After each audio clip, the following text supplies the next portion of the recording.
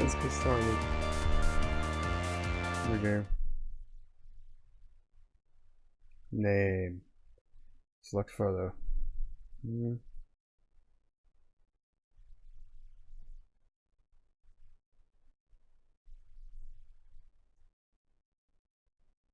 Name. Ah, come.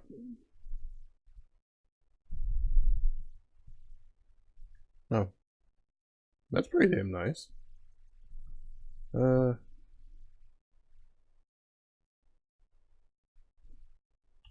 Name.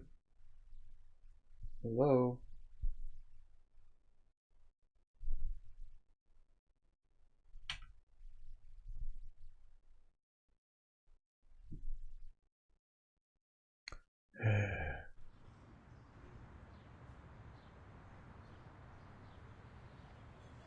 Back. Oh, you know what?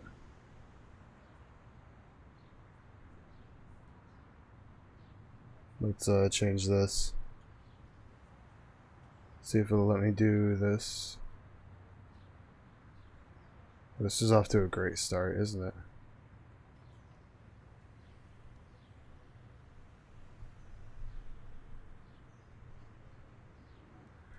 Whew.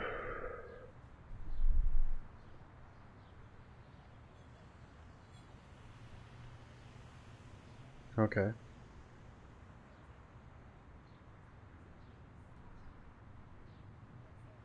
See if Game Capture wants to pick it up now.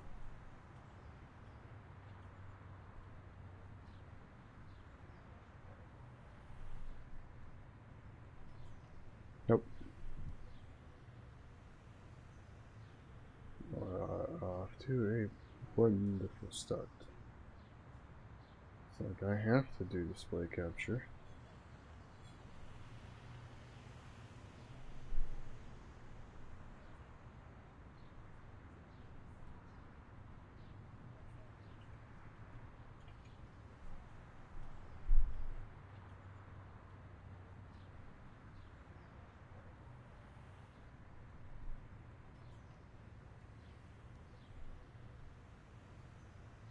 Okay, back.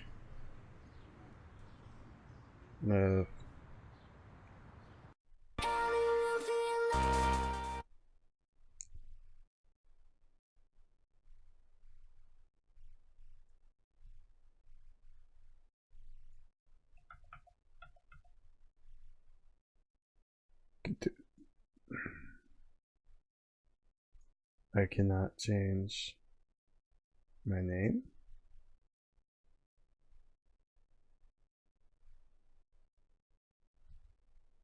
Hold up. BRB. I'm still here. Just restarting the game.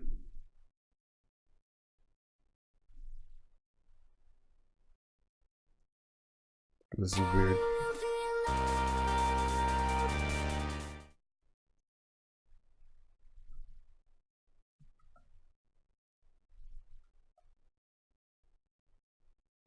Okay.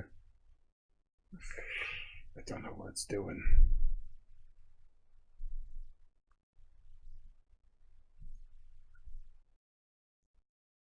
Let's stick with it.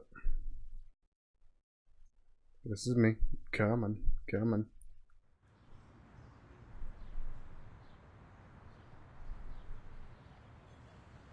Little lasers of sunlight are zapping right onto my face from the middle of the curtains. Like, I think they've been specifically aimed to burn out my eyes. That is me. What is it, like noon? Jeez. That is really loud in my ears. Let me know if that's too loud on stream. Holy shit. Not my fault. This couch pulls you in like you're drowning in bread dough. My spine popped. Loud protests as I swim free from my bread dough cushion trap. I'm gonna have to apologize to Aunt Wendy. I'm probably leaving a dent in the shape of my ass in the cushions. Probably have to apologize for a couple of things, actually.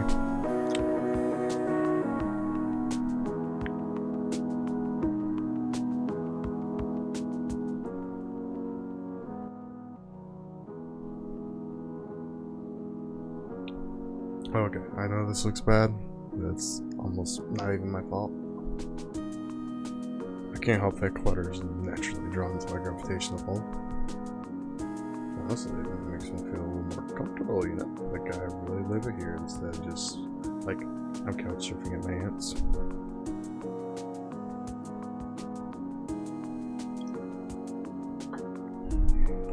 Or like, I'm living in a furniture catalog. Not that I'm ungrateful. And Wendy's awesome. Let me use her apartment while she's away. She helped talk Mom and Dad and let me come all the way out to the city too. She's pretty cool. I hear rustling behind me, like fingernails on cardboard. Makes me pause for a second, but I jump up as I realize what it is. Hey, Moki! Knock it off! Moki, the living trash bag this guy is.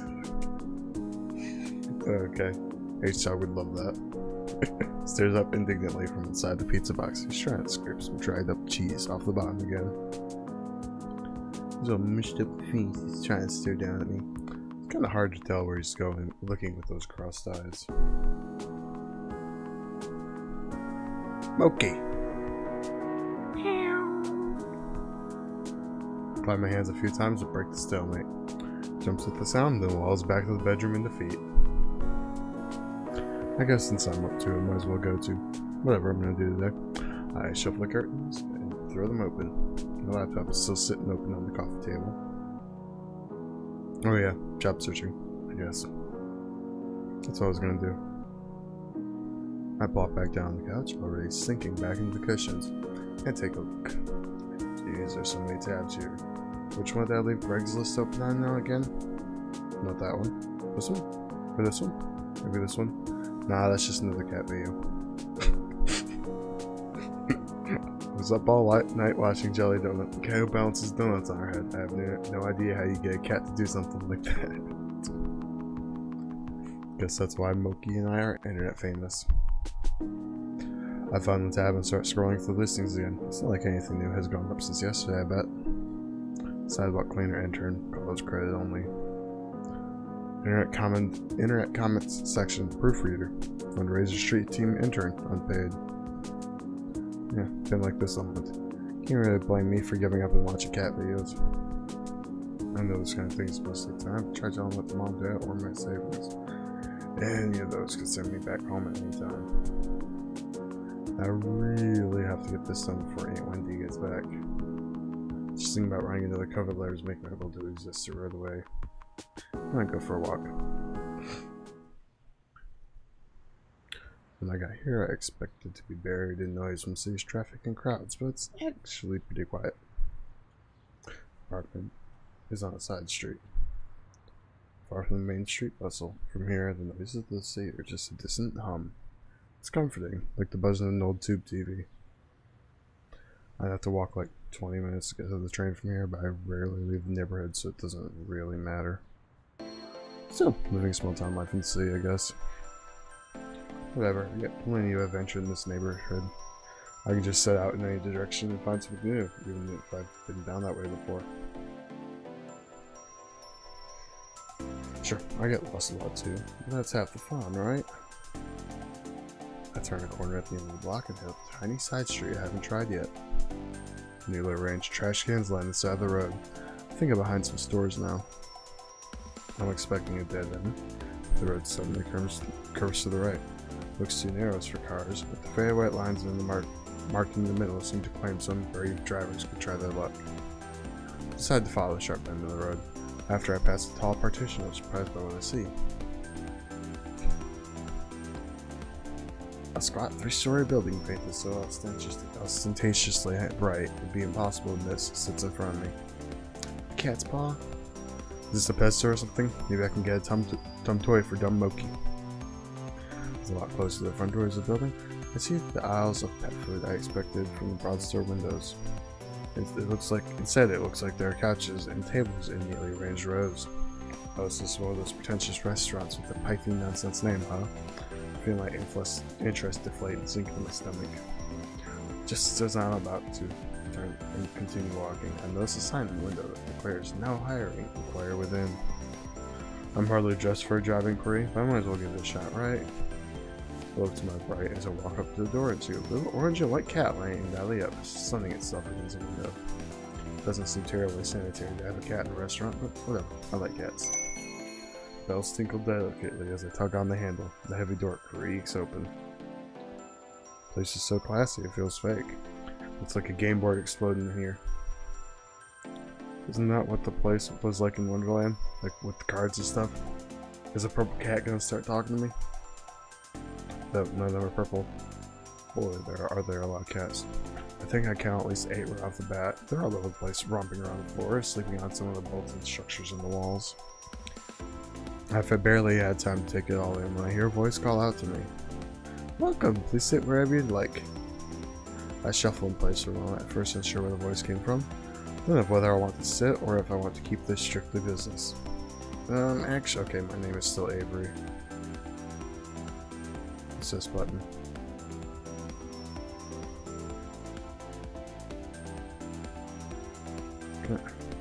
Wouldn't let me change my name. Actually, I start as the source of the voice looms into view. He appears suddenly from the second story landing and covers the length of the floor in a few long strides. A bit confused. Is this your first time here? Would you like me to explain a bit about how the cafe works? I'd be happy to give you a tour. His eyes are gentle. He's one of those people who smiles with his entire body. It's positively infectious.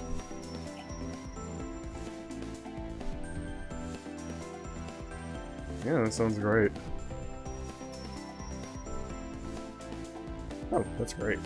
He bounds closer. The towers over me in both stature and exuberance. It's a little strange that someone like this is working here because he's more like a big sheepdog puppy than what I think of as a cat person. My name's Landry. Just interrupt if you have any question. You got it, Landry. I'm Avery. For some reason. I'm actually Whiskers. I'll just replace every time I see Avery with Whiskers. Here. There. You got it, Landry. I'm Whiskers. Well, Avery, to start, all of our cats are rescued strays. The owner brings them in for care and socialization. They seem really happy having strangers around. Doesn't seem to bother them at all. We do everything we can to make them comfortable. Many of them are up for adoption. We have good match rates for our fosters. Over there is a wall of photos of some of the cats that have found happy homes. I'd say 5 isn't a very good rate. Also, you got Grumpy Cat. Oh, and proceeds from the cafe help pay for their care. The food is really good too. Our chef is amazing. I recommend the key lime pie personally. That all sounds really great. I bet you're really happy working here. Well, it's a lot of work, but I like to think it's all worth it. Actually, I saw you guys are hiring right now.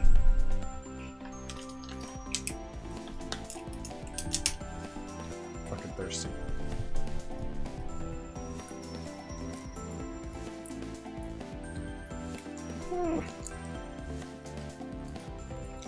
I actually cut my nails for once. So I can't get the fucking straw. Give me the fucking straw.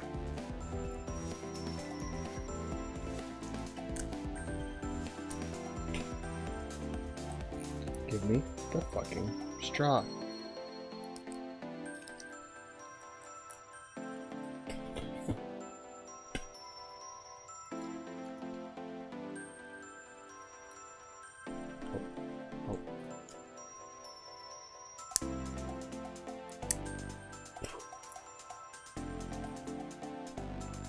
Here we go.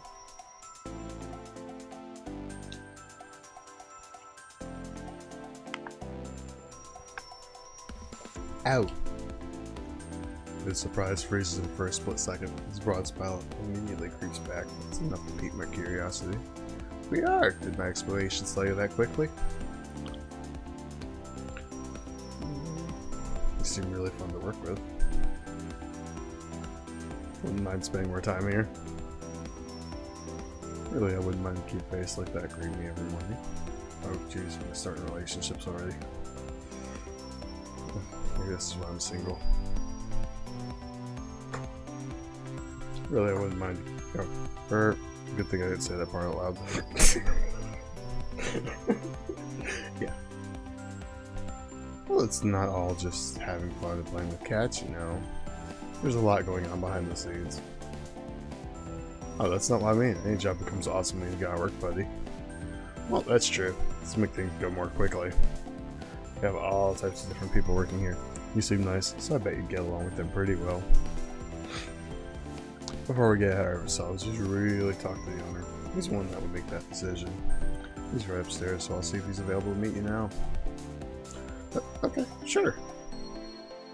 Great, have a seat here then. Landry leads me to a seat on the plush couch that spans the length of the wall. I oblige, careful not to look too casual. I'm here on business after all. You like coffee? Would you like some? That'd be great, thank you. You let me choose other stuff. I can't choose if I want coffee. Wait. 3 creamers, 4 sugars. That's my sissy. Light and extra sweet, please, though.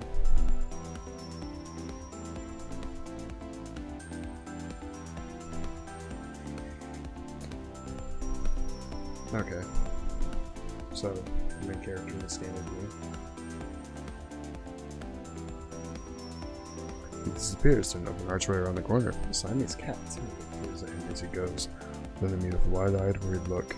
How wide?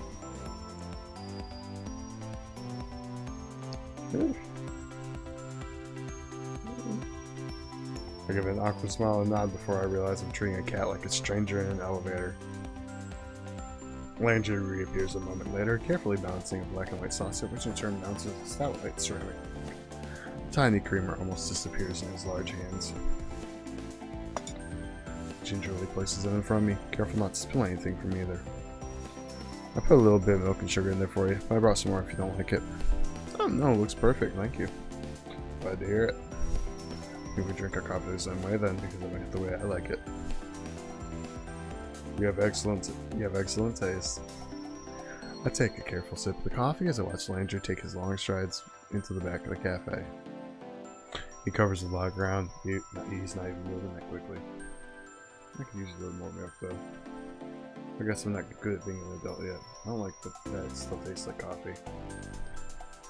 I pour what should be a little splash of extra milk, but half the creamer's worth spills in. It almost overflows.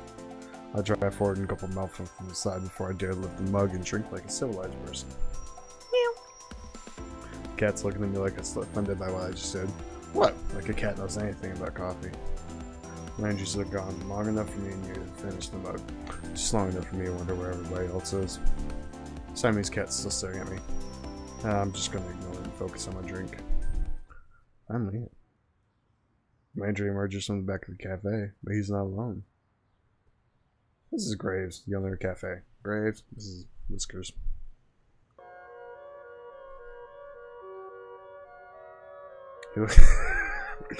He looks like he should own a bookstore that insists it sells tomes, not books. Maybe like he's about to try and sell you a crystal that'll balance your chakras. Or maybe this is what the owner of the cat cafes look like I've never seen. Ah! His eyes, 2 different colors. Can't focus on them both at the same time. Which one am I supposed to look at? Attention swallowed to the icy blue eye. Is he wearing contact to complete his dark Renaissance look? It was his eye. Yes, it was this. Eh?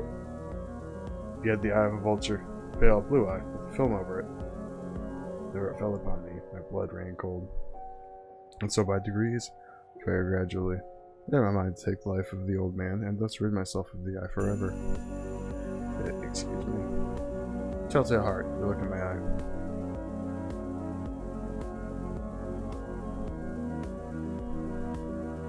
Kids, didn't you read that in high school? Well, yeah, but...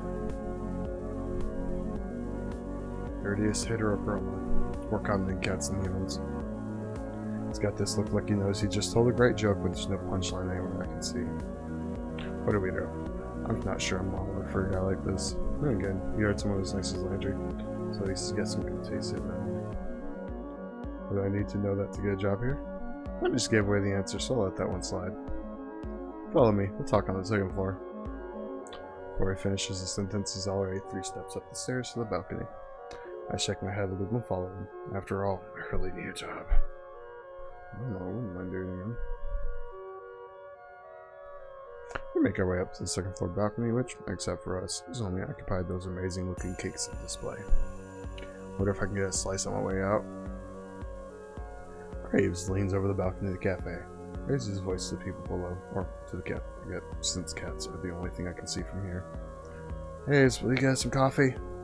Is that the chef? I haven't seen anyone.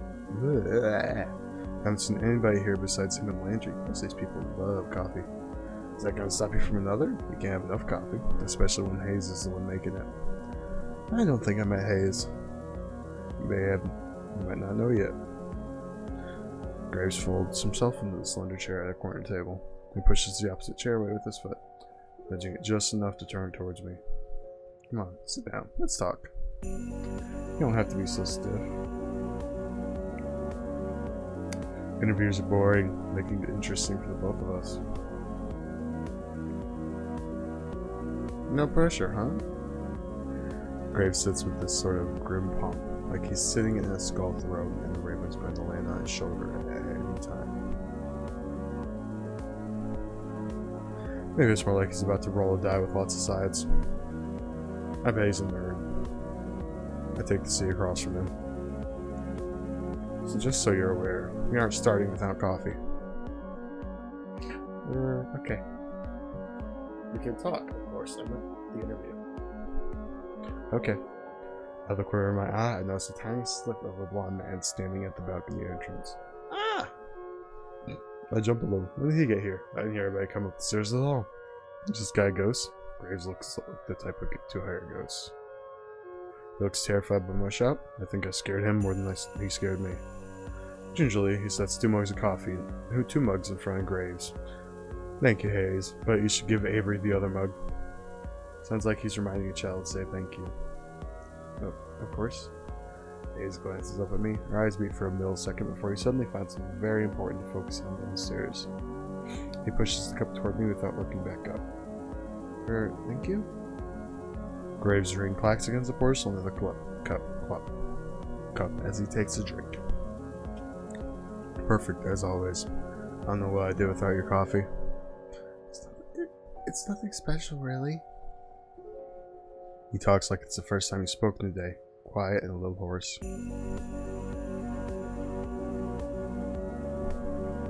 If that's all, I'll go back to the cat. Wrong person. If that's all, I'll go back to the cats. That's fine. Hey, slips back down the stairs just as quietly as he arrived. That kid would make a great ninja. I look down at the coffee, see a sleepy cat face staring up at me from the phone. Oh, that's cute! I've only ever seen latte art on the internet before. Did Hayes really do this? I think it's not bad if you like coffee, I guess, but it could really use some sugar. There are packets on the table, but I can't bring myself to ruin the foam cat. Now we can get this going. Let's interview.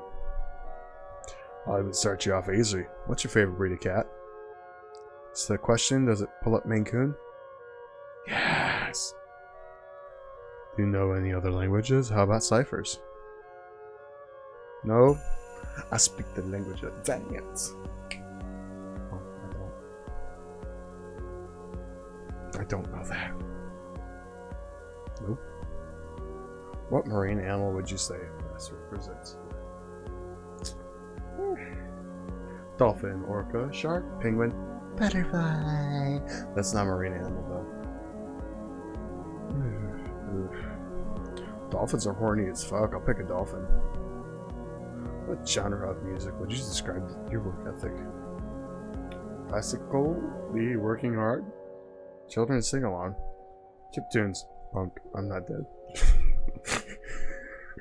I'm not dead. Just resting. Classical? Do you look for hardworking? Let's see. Chiptunes. Am I working like this?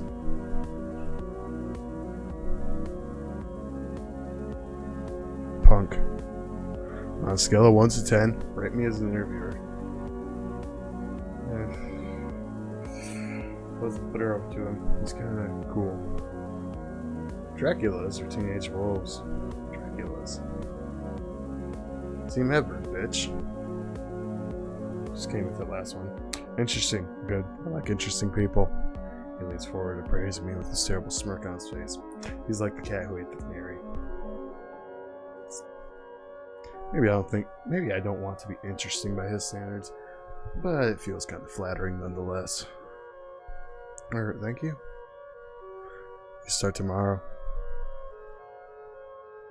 Exclamation point, exclamation point. I don't fucking know how to. Wow, great, thank you. Don't run off yet. I have paperwork for you. What was that Greg's List tab? Got the achievement. Oh, it shows you under my cup. Not used to having display capture on. You can probably also see activate windows. Yeah. Oh yeah, of course. Gray pushes away from the table, coffee cup in hand. He nabs my saucer, even though I'm not quite finished, and slinks down the stairs. He returns as if he'd never left, trading the empty coffee cups for a small stack of papers and a pen. He places them in front of me. So, what will my job be? We'll see. Did he hire me with no position in mind? Is this how this guy usually works? I feel like I'm in a daze. Too much information, too much coffee. I take the papers and skim them, signing pretty much anywhere I see an X and a line. What's that all for, and why is there so much? Probably taxes and stuff, I don't know. And who cares? I've got a job. I push the papers back towards Graves and he eagerly scoops them off the table. Perfect. We open at 11, be here at 8. We'll have you help with the morning prep. My displeasure must be pretty apparent, because his mouth cracks into another smirk. You can even work a later shift after training. You won't have to deal with those cursed mornings for too long. Okay, that's fine. Now go. I have lots of work to do before tomorrow. You need to get work fixing that sleep schedule of yours. Okay. He seems lost in his own world now, poring over the paperwork that I just filled out. I guess there's all sorts of tax stuff you have to deal with hiring people. Why would he do it so casually? Well, whatever. Not my problem. I head down the stairs. My injury's back. He looks uncomfortable, sitting at the foot of the balcony, but perks up when he sees me. So? I'll see you tomorrow, coworker. Oh, congratulations. You meet everybody else tomorrow morning. I'll make sure they're all ready for a meeting when you get in. How many people work here? Well, there's me, Graves, of course. You met Hayes, Finley, Mason, Reese. It shouldn't take too long to get to know them.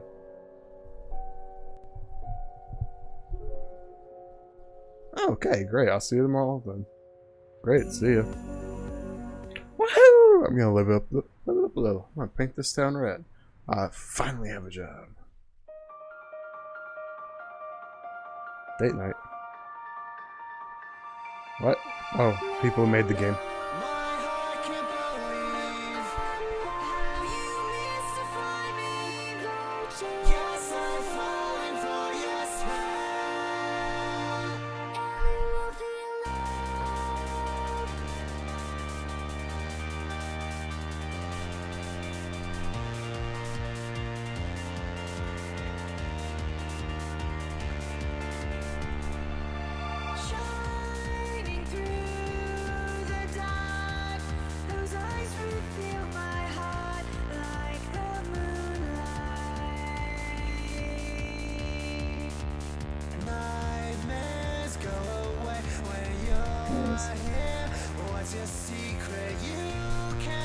Graves. Kitty!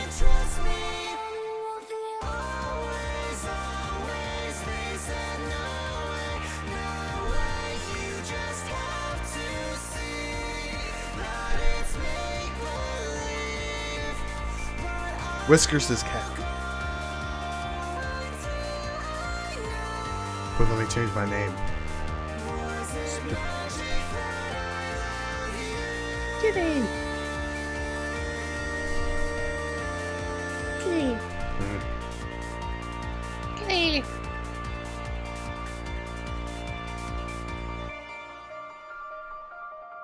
Should I keep my pants on for this game?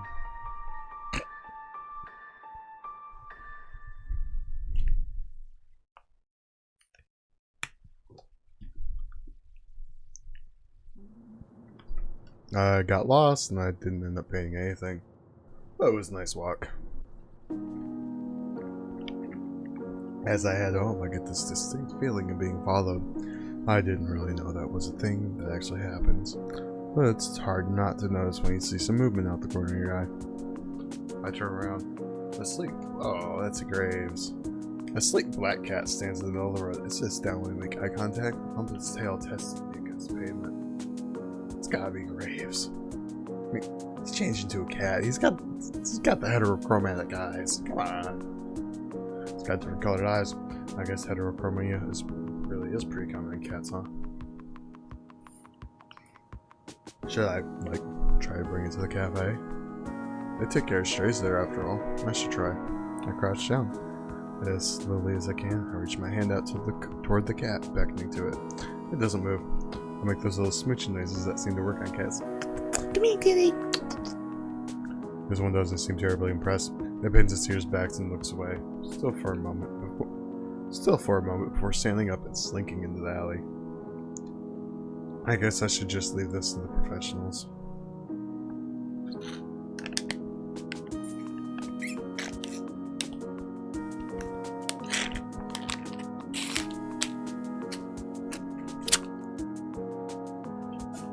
It's time to celebrate. I'm gonna wreck this pizza that I got from Pizza Lloyd's on the way home. I picked up a can of wet cat food for Moki from the corner store too. Yay, Moki gets to celebrate. I figured we both deserve a celebration.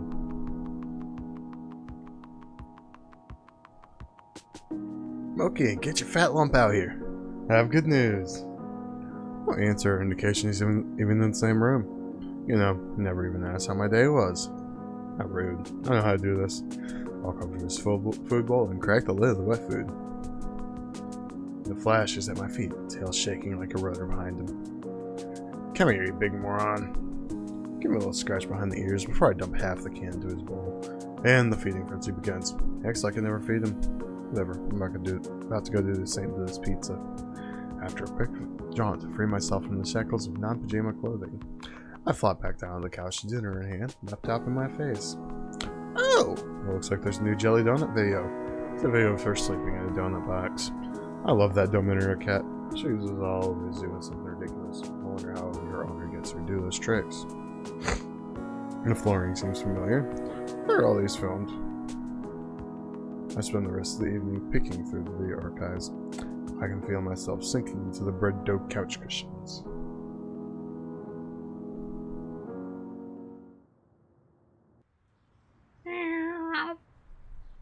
It's so early. What's his problem? I bet he just wants the other half of that wet food. This is why I don't get it for him that often.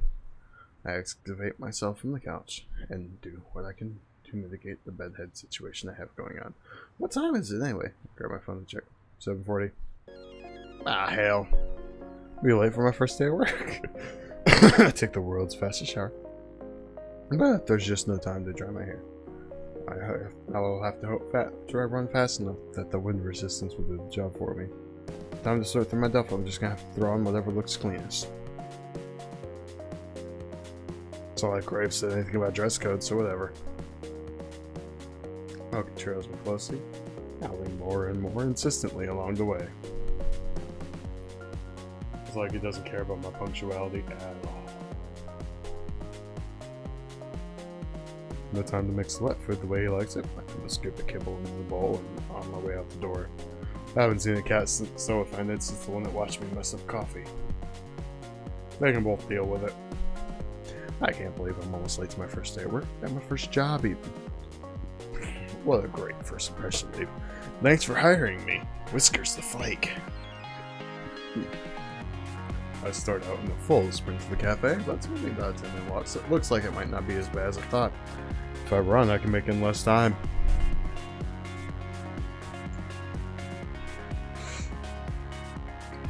Here it is, a cat's paw. I got a good look at it when I was here yesterday, but it feels totally different when it's your workplace, you know? Kind of a nice thing to think about.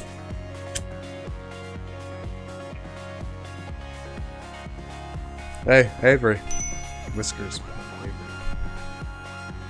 My entry peeks his head out from the door frame and waves me in.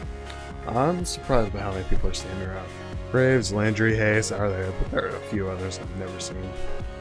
I want to see a few cats right now, but they seem utterly disinterested in everything we're doing. They're all piled in a sleep coaster by the window.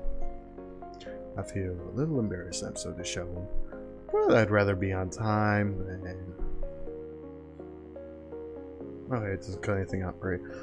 Then, with wet hair, then light and looking perfect. Good, you decided to challenge the morning sun after all. Now that the star is here, we can start this show. Still as weird as yesterday, I see. Caught another sucker, boss? That's esteemed coworker to you, Reese. Hey, you just keep collecting these strays.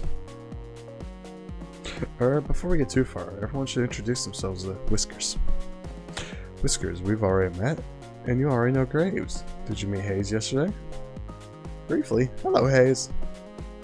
Hello. He looks as if you want to try to slip between the cracks in the tile. How does a guy like this handle a job that deals with people? Hayes is a great barista. He's a great help in the kitchen too, but he likes to spend a lot of time with the cats too. Hayes flashes me a quick look. His side of his mouth upturns ever so slightly, like he's trying to smile, but he's out of practice. I reach out to shake his hand. He's practically bracing for the impact. Before I reach him, a bright light flashes at the corner of my vision. Camera? Ooh, sorry, sweetie. I thought I turned the flash off. I whip my head around to the other side of the lineup. You're all on the end, just aiming your phone directly at me. Sorry, don't mind me. I just want to commemorate our new employee. I'm Finley. I take care of the social media. I like Candid, so I'll try again later when you've forgotten about it. Finley is also... Graves! What are you going to say? Don't ruin the surprise! Graves lets out a soft bark of a laugh. Alright. You tell Avery Whiskers whenever you're ready. Thank you. The two in the middle of the lineup look beyond unimpressed. One is a smart-mouthed guy. Reese? And the other looks like someone I wouldn't want to mess with.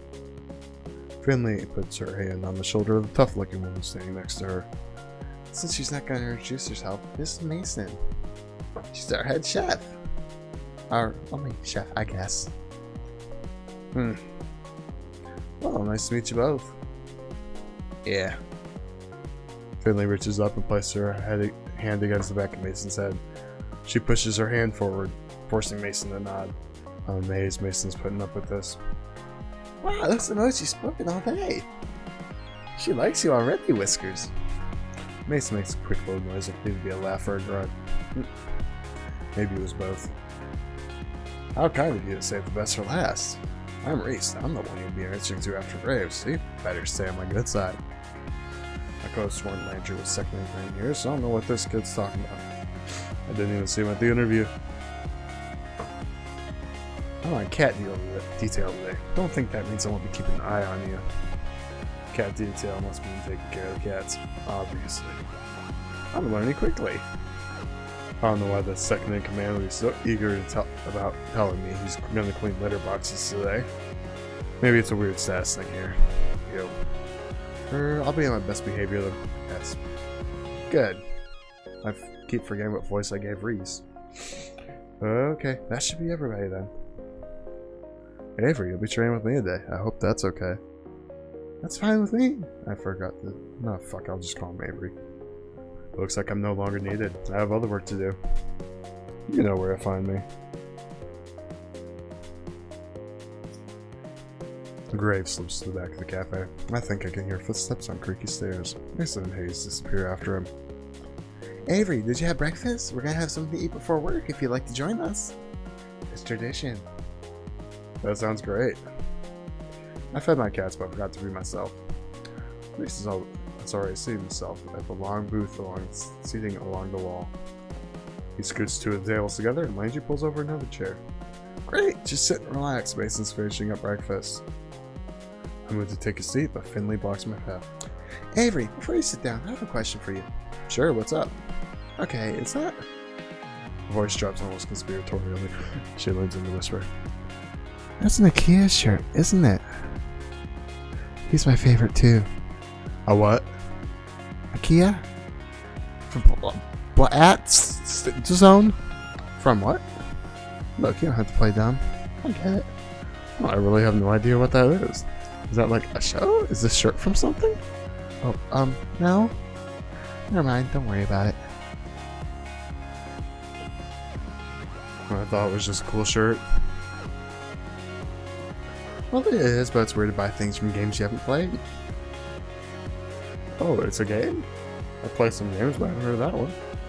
Like a lot of retro games, so if it's new. Oh, it's a different type of game. Never mind. It's a porn game. Well, now I'm curious. No, it's okay. You probably wouldn't like games about voice fighting. Or maybe you would. Okay? Maybe I'll lend it to you sometime. If you prove yourself worthy. I'm not really sure what that involves, but sure. Okay. She gives me a great little wink and takes a seat at the table next to Reese. I noticed that somebody set the table while I was talking to Finley. Mason Hayes should be out in a minute, Avery. Come sit down. Sure. Where should I sit, though? Both their own unspoken rules about this sort of thing in place, and you never know with new groups. Landry answers a conundrum by beckoning me to the seat between him and Finley. Quietly, I take the seat. Mason emerges from the back with a large tray balanced atop each hand. One tray has a giant stack of French toast, the other some kind of egg thing. I'm not sure, but it looks amazing. Whoa. I had no idea how hungry I was until just now. She sets the tray down in front of us and then returns to the kitchen. I hope she gets back soon because I'm about to be on the egg thing like Moki on wet food. Mason returns a few moments later, cradling 6 empty coffee cups in her arms. Hayes follows in tow, carefully balancing a carafe full of coffee. They set the cups and the carafe on the table and take their seats. Hayes' butt barely hits the chair before the others start to dig in. I'm a little afraid they'll lose my hand in the fray if I try to jump in now. I'm so hungry.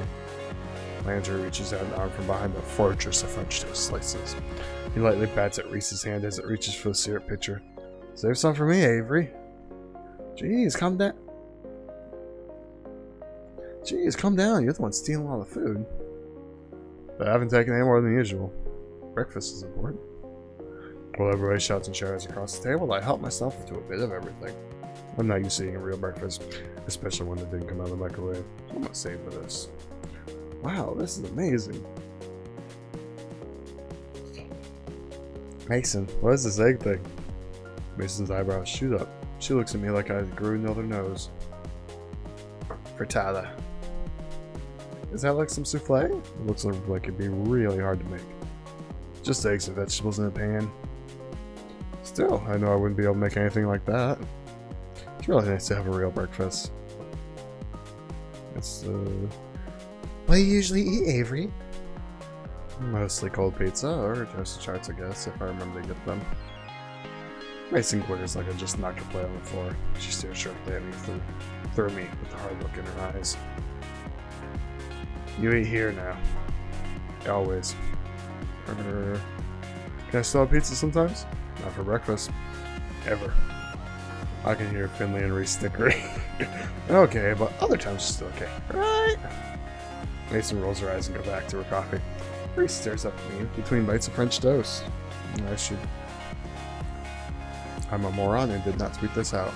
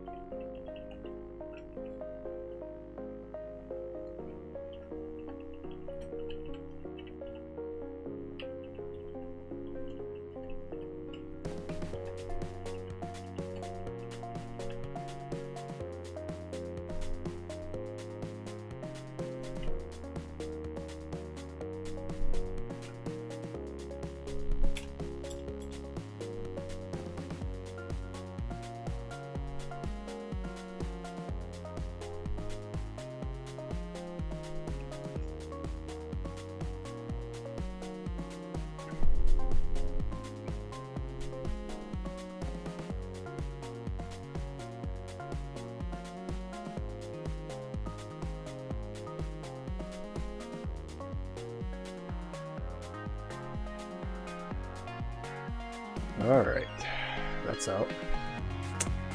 Reese stares up at between bites of French toast. Avery, wait. Avery, when we're done, we need to talk about dress code. Oh, Reese, don't start this again. Shh, it's an important part of new employee orientation. Landry passes a positively pained look at Reese. He glances at me, but a poke to the ribs from Finley sends him staring back at his plate. Landry, you're such a mama bird sometimes. Lighten up! Avery, look at this place. You take our visual presentation very seriously here. What's wrong with the way I'm dressed? You got a problem? Mason gives another grunt. Hayes places empty plate and cup on Mason's plate and takes a stack into the back with the urgency of a tactical retreat. Graves and I expect a certain level of decor with the waitstaff. Is this about my outfit? I woke up a little late, so... No, this is about uniforms. Mason pushes her chair away from the table with enough force that it wobbles briefly on two legs. She stands up and takes my plate in one fell swoop. Opening soon. Time to get ready. She picks up the now empty cast iron skillet with one hand and balances a few of the other plates on the top. That looks heavy, but she's holding it all like it's nothing. Come on. She stares down at me and gestures to the back door with a head nod before she heads into the kitchen. Don't think you can run off so easily, Avery. You'll get written up if you don't have your uniform. There, yes. So, want to help Mason, Hayes, or ask Reese about the uniforms? I'll be responsible, I guess.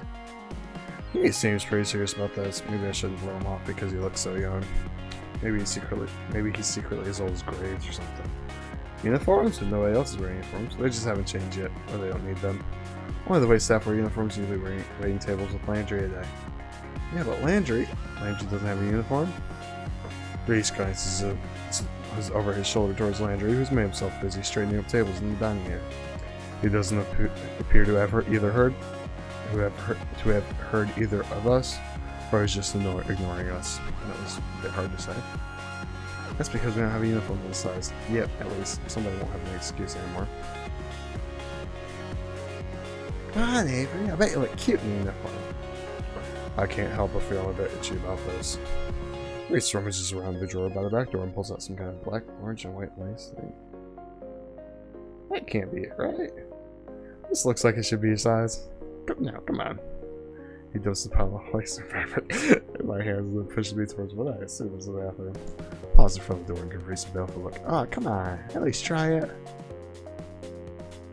Humor him. Alarm bells are going off in my head. Well, what's the harm? I look a little silly. Hell, I might even end up looking cute. Alright, just give me a second. Good answer. He seems pleased, but I'm a little irked by that smug sense of victory he's using. I close the bathroom door behind me and lay out the uniform. Yikes, this is getting worse than I thought. Well, it's too late to turn back now. I put the uniform on. At least I think I put it on properly. I can't tell if these both are supposed to go to the front or the back. I catch a clip of myself in the mirror and decide it's better not to make eye contact with my reflection. I crack open the door and am met with Reese and Finley's eager faces. Finley holds up her phone. The flash doesn't go off this time. I told you I'd get candid. Heh, I told you I'd get candid. Ah, you look so regal. Really, I can't believe you fall for such an obvious break. Yep, you got me. Come over and take a look, Landry. Reese turns it back into Landry, who quickly mumbles an excuse to himself and disappears upstairs. It's a pity neither of you were here when Landry wore it. He was bursting out of the thing. Looked absolutely ridiculous. I think it's cute. I'd wear that uniform. I know you would. That's why I can't trust you. Where did this even come from? Reese's lips curl in disgust. Graves. He should stick to interior design and never step into fashion again. He tried to get me to wear that, you know. I told him he could keep this Halloween fever dream. If Graves decided, I'm surprised he doesn't have a hood cloak or a raven or something. Ah, don't let me hear you say that. He might make some additions. I think the less we mention this thing, the better. You're required to wear that today, by the way. Nope. Just for a little bit. Nope. Oh, I think he should. Close about the door behind me. I can't get that uniform off fast enough. Mostly because the bow got stuck. I never felt so good to be in my trusty old digs. I opened the door, and Reese and Finley have already scattered. I don't know where the uniform is supposed to go, so I leave it folded up on the bathroom sink. I guess I should find where Landry ran off to. He's trained me today after all. I think he went upstairs. I head over to the foot of the staircase, but a cat has taken its station right in front of my bed. It's sleeping belly up, stretched out to nearly the whole width of the step. Puppy, that's really cute, but that's a dangerous place to sleep. It doesn't dignify me with a response. Instead, the fat orange cat shimmies the place to sell itself even more. Gently, I nudge it to see if I can get the cat to move. Someone's gonna trip on you if you don't move. It's not gonna be fun for either of you. It opens one eye into a thin slit that makes a murmuring noise and flicks its tail. This little tiger isn't going anywhere, is it? Are all the cats here this spoiled? I guess I'll figure it out myself. I lean over to scoop it up, but as I do, a tiny orange and white bobtailed cat whizzes past my feet. It stops on the step below the sleeping cat, then raises one paw and bats the other cat squarely on the forehead. The sleeping cat wakes up and hops to its feet. It looks angry. Am I going to have to break up a cat fight? Hey, you two. Bobtail flattens its ears and stares intently at the orange cat. They both perk up when they hear a boy voice coming from above. Ah, is Hash Brown sleeping on stairs again? The orange cat, Hash Brown's I guess, trots away. Landry works his way down the stairs, eyes on the bobtail kitten. Was it really necessary to smack him? You should be nice. The bobtail turns its head away in a wide arc, almost as if giving an okay, whatever response.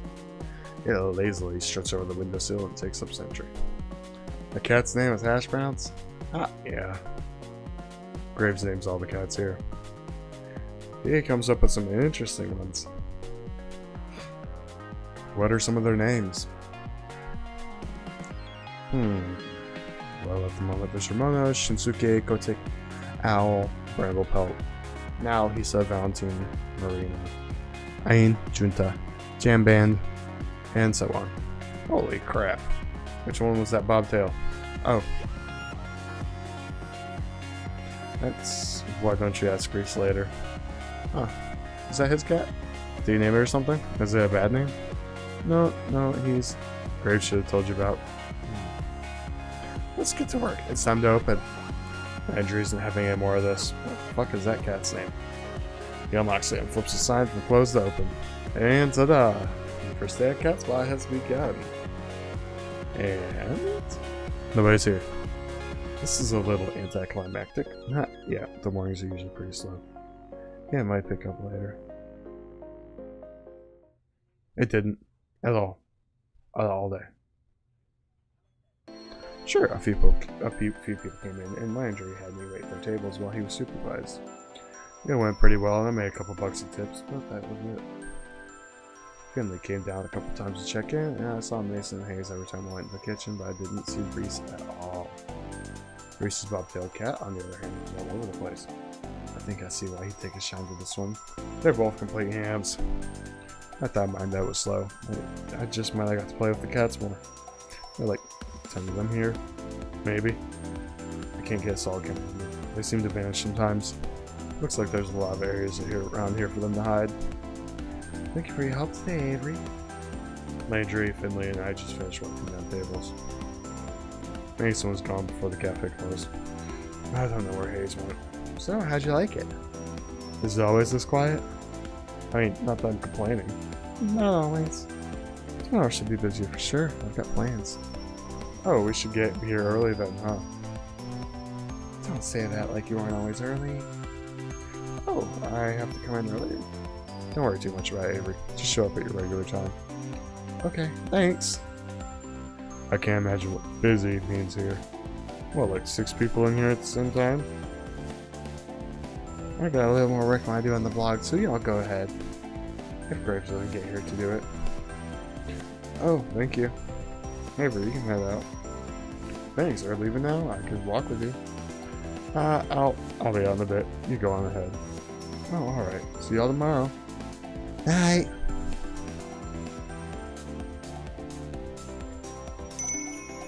Door closes behind me with a jingle. I have a job. My coworkers are pretty cute. I get to play with cats. And if this works out, I should be able to afford a place of my own soon. Wait until my parents hear about this.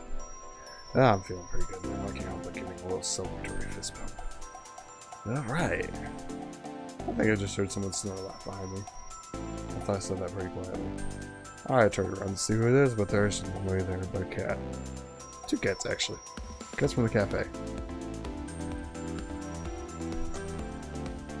It wouldn't hook into the game.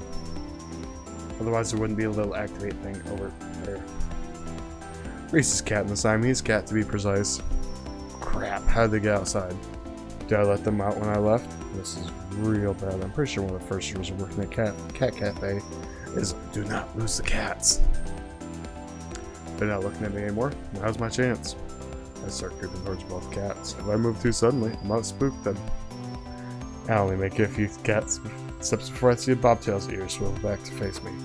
Without turning the rest of his head, it takes a spring leap and heads on down one fork of the road. Siamese cat continues on the same path, as casual as anything. I can't get them both. I need to get at least one of them. I better decide who to go after. That's not rude. Follow the Siamese cat or follow Reese's cat? Ugh, fuck. Let's get the Siamese cat, I guess. Bobtail's onto me clearly, but that Siamese cat hasn't picked up on it yet. My best chance right now is probably following the Siamese. What? It's not skinless. It's gotten kind of far down the path. I better pick up my pace to catch up. Trying to put long strides, Landra always takes to cover more ground, but it doesn't work out so well. Jogging's gonna be easier. Or not, I feel falling harder than the ground. The cat notices. It's going fast now, so I better pick up the pace. I don't think it's a hairless Siamese. It's not a hairless Siamese. I break out in the full run to follow him. He definitely knows I'm there now, but it doesn't matter. I have bigger legs, so I'm gonna catch up sooner or later. I'm a pretty good runner. I finally close the gap between us. Suddenly, the cat screeches to a halt and jerks around to face me. Avery, stop it! Eh? Why are you chasing me? Because you got out. Wait, what am I saying? What are you saying? How are you saying? It's me. Me? Hayes. Last I checked, Hayes was the guy with glasses. He didn't seem like the pranking type, Hayes. The Hayes cat is puffing up like a disgusting brush. I feel bad this cat's getting caught up in whatever shenanigans are trying to put me through right now. This seems like it should be against work procedure. He's telling the truth, Avery. Oh god, it's like Graves. Oh no, that's Landry. Down here. I readjust my gaze downward. Oh, come on. No, this isn't a joke, Avery. Landry cat takes a few steps. It steps past me and sits down in front of Hayes cat. Even as a Maine Coon, his gait is long. No.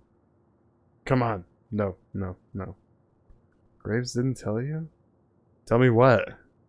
That you're all secret cats? This doesn't make any sense. The dumbest thing I ever heard. I'm sorry, Avery. I thought I told you. Is that why you're acting weird? You're keeping something like this bonkers a secret? It's not easy to talk about. Whenever we leave the cafe grounds, we turn to cats. I'm surprised to hear Hayes pipe up of all people. Or all cats. Cat people? It began around the time we started work here. Hayes calls it a curse. A curse. A curse. This is too much. Though, I don't know if everyone thinks about it that way. But wait. Everyone? Is everybody at the cafe a secret cat? Yes. Graves too? Nobody has seen him as a cat. Then it seems safe to assume. Am I gonna turn into a cat too? Andrew isn't even looking at me anymore. He's avoiding eye contact as hard as he can. Hayes does the same. Neither answers. I'm gonna turn into a cat? Oh, come on! Sorry, Avery. Maybe you can stop it. You don't know what causes the curse. Maybe you've talked to others tomorrow. Yeah, okay. Sure, why not? Let's have a whole cat council. We can invite Hash Browns too. Is he also a person? I can see the furs between Hayes' shoulder raising on them and a little ridge. Seeing that takes the wind out of my sails a little bit. Yeah, alright. I'm too tired for this. This better be a weird dream or something. A weird work-induced hallucination. Sorry, Avery. Not listening to talking cats anymore. Bye. I wouldn't mind that. That'd be cool. I can scratch the shit out of some people. Sun's barely gone down. I am a capital letter done with today. This is too much. Don't forget the good food this time. The canned stuff. Someone just say something? There's nobody here but Moki. Oh, for crap's sake. I find him standing next to the food bowl, looking up at me with those expectant eyes. I gently nudge him with my foot. Did you just say that? Nope. Nope, I'm done. I dump the rest of the canned food in the bowl and scurry out of the kitchen. Then I dump myself in bed. I don't even want to think about it right now. I'm just gonna sleep in a real bed for once. Maybe sleeping on the couch is so much is messing with my head. I don't usually close the door, but I think it's a good idea tonight. I don't want Moki whispering to me in my sleep. I wake up early enough, I surprise myself. This is gross. Who does this? At least I slept fairly well, all considered. My cheek hurts like I'm getting one of those real powerful zits. Just want to have a job where I see people all day. What perfect timing. I kick my legs free of the blankets and roll off the side of the bed with my usual grace. God, this thing feels gross. I don't have any acne stuff with me here. Or maybe Aunt Wendy had something I can put on it. I tried to lower the vanity to assess the damage. It's a whisker. You got a whisker. I got a whisker. That's not a zit. That is a whisker. That is a whisker. There's a whisker growing out my face. Look, I'm growing out of his face.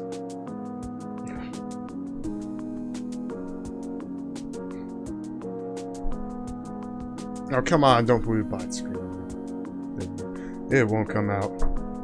I thought first maybe it was Moki saying got stuck there, but no. Growing on my face. I tried to pluck it. That was probably one of the worst ideas I've ever had. Now I know just how sensitive cat whiskers are.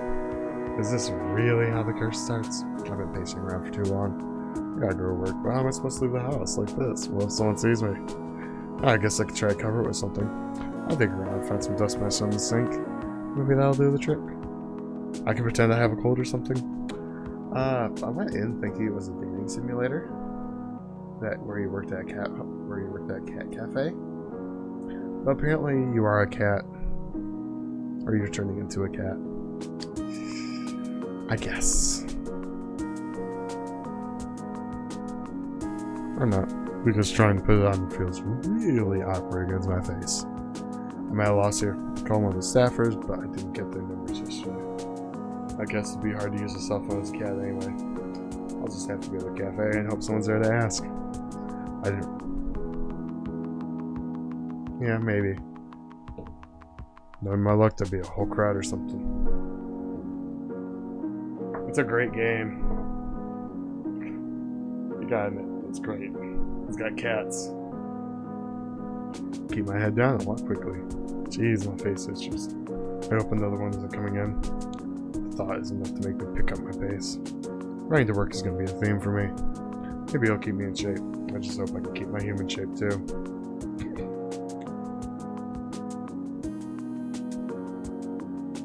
Why are there so many people milling around the front of the cafe today? This is exactly what I was dreading. It's like they showed up specifically to look at the magical mutating cat person. As I approach the cafe, the whisker falls off like a dead leaf or something. Okay, I just fluttered to the floor. I leaned down to pick it up as if I hadn't seen it happen, I would have thought it fell off one of the cats. This is stupid. This is so stupid. My eyes start to sting. I can't tell if I should be mad or crying or both. This is just really stupid. I don't want to deal with it.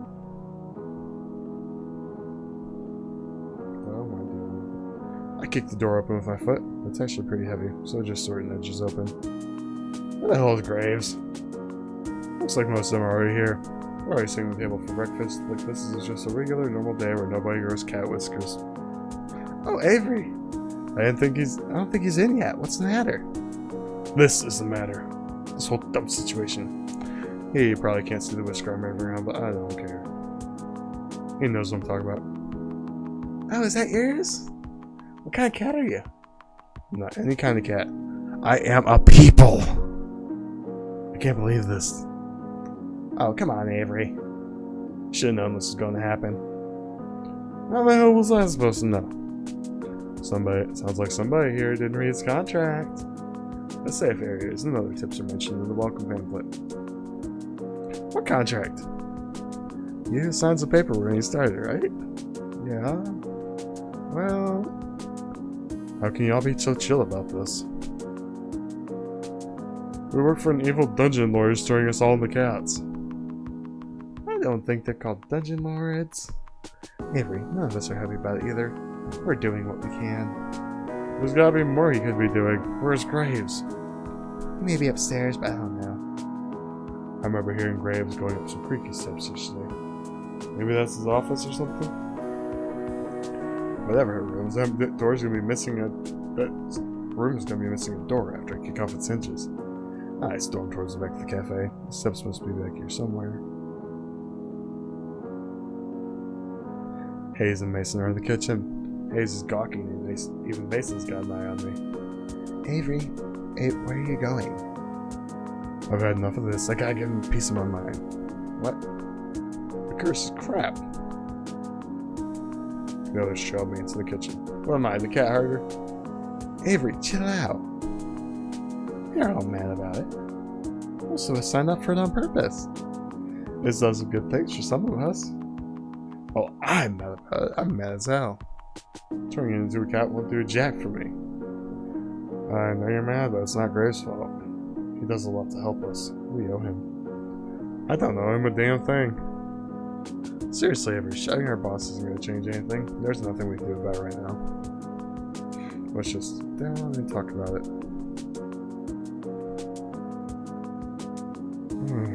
You're right. I guess I see what you mean. Now come on, don't be just a salty caramel latte. Finally puts her over my shoulder. I try shrinking away, but she just redoubles her efforts. Never had someone be so forceful about comforting me. Come on, calm down. Calm down. Calm down! Calm down! Calm down! You calm now? Okay. You like donuts, right? How about jelly donuts? What does that have to do with anything? I think it's time to show you that this cat curse isn't bad at all. She gave me a quick wink and a punch on the shoulder. Go sit down at this table. I'll show you in a sec. This is still so stupid. Frustration festers in the pit of my stomach. I don't even have anywhere to put it. I feel another hand slap me gently between the shoulder blades. What is it with these people? This time is Mason. Didn't eat yet, right? No, I've been freaking about this all morning. How am I supposed to eat? She doesn't lift her hand. I can feel it like a weight on my back.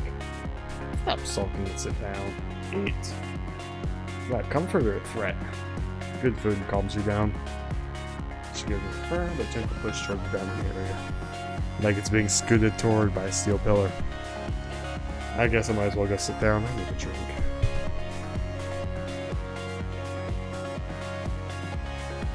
Actually, I'll be right back because I gotta run to the bathroom.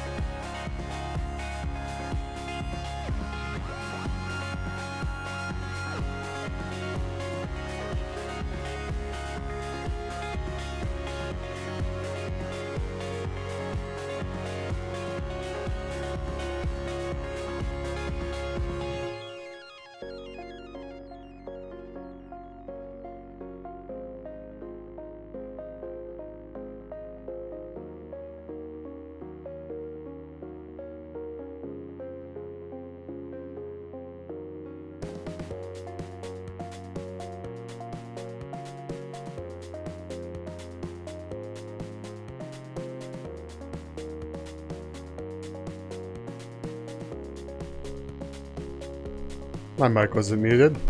Your computer messed up. First out of the kitchen is Hayes, of all people.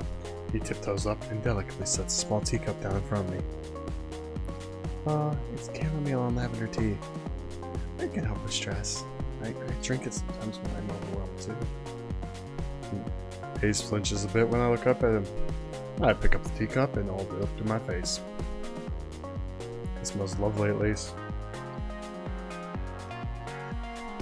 He looks at me with his eyebrow upturned until I take a sip.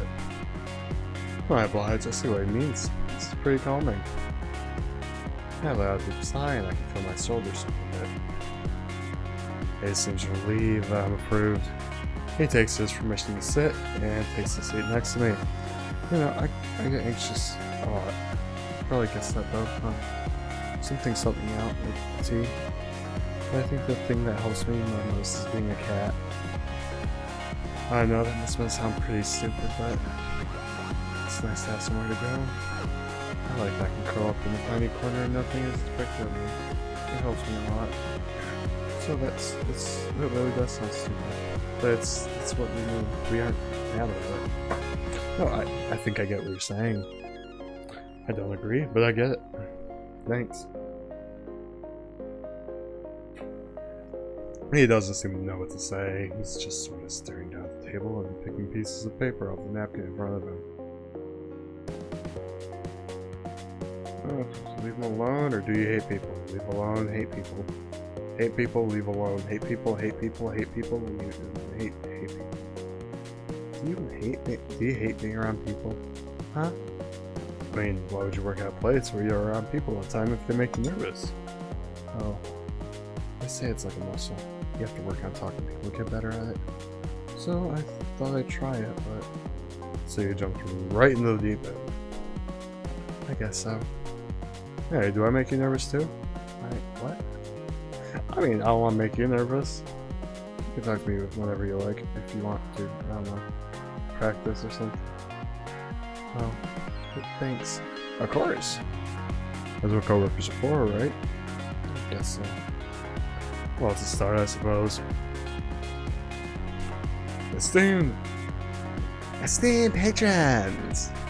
May I have your attention, please? Especially you, Avery. Where is your voice even coming from? Down here, kiddo. Okay. Look down and...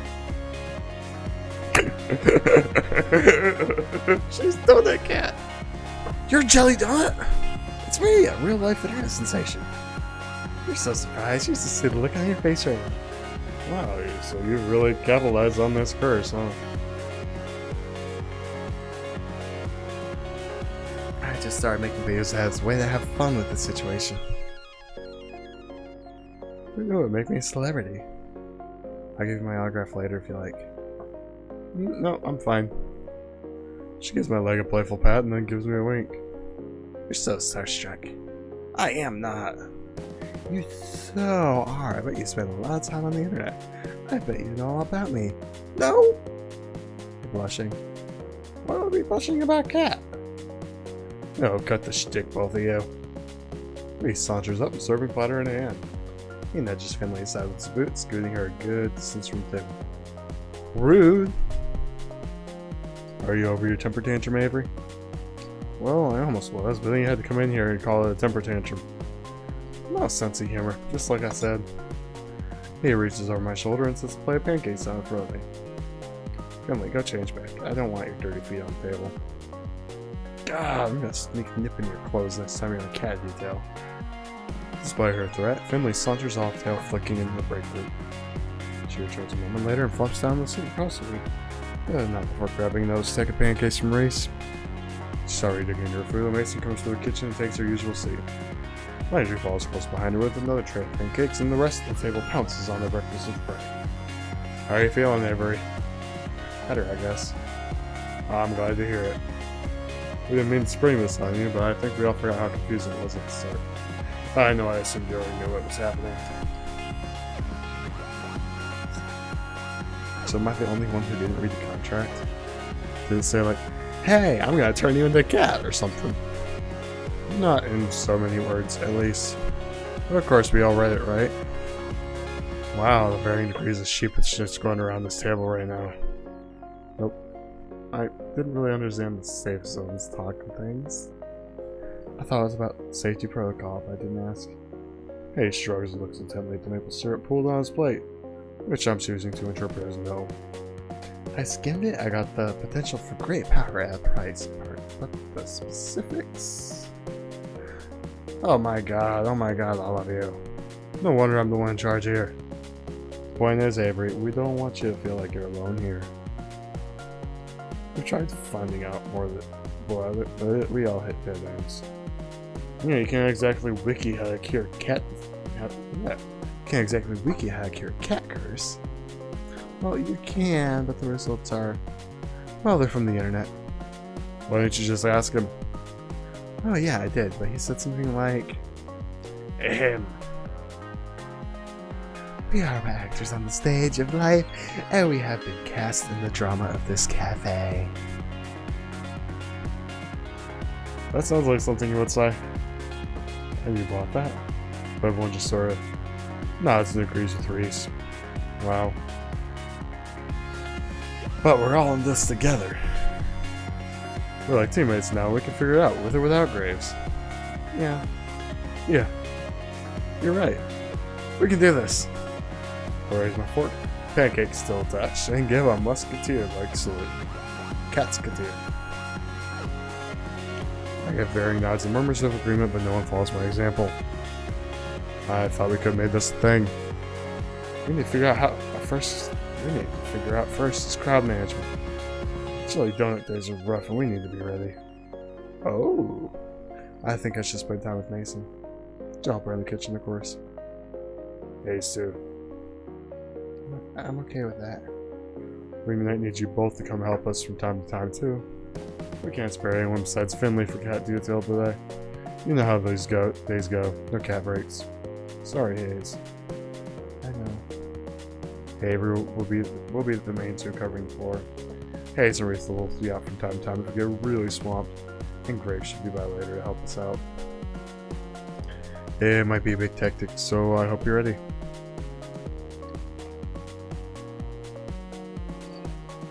Mission accepted.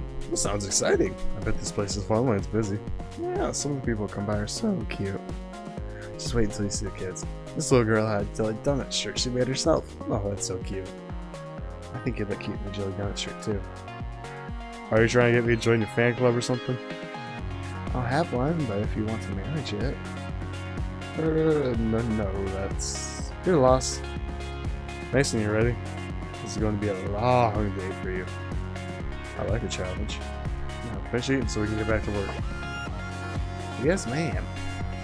Grace shovels one last pancake in his mouth, and without even finishing chewing, grabs his plates and hurries after Mason. Hayes at least manages some grace in his exit. I better get ready too. My public waits. Finley hands me her plate and then dramatically flicks her hair away from her face like she's a starlet in a photo shoot. She disappears in the back as well. Alright, Avery, drink your coffee because it's time to get energetic. Yeah. Good, because we look outside the cafe and around the corner. Oh man, is that why there were so many people out front? Yep. Better chug this coffee then. Well, better get pumped.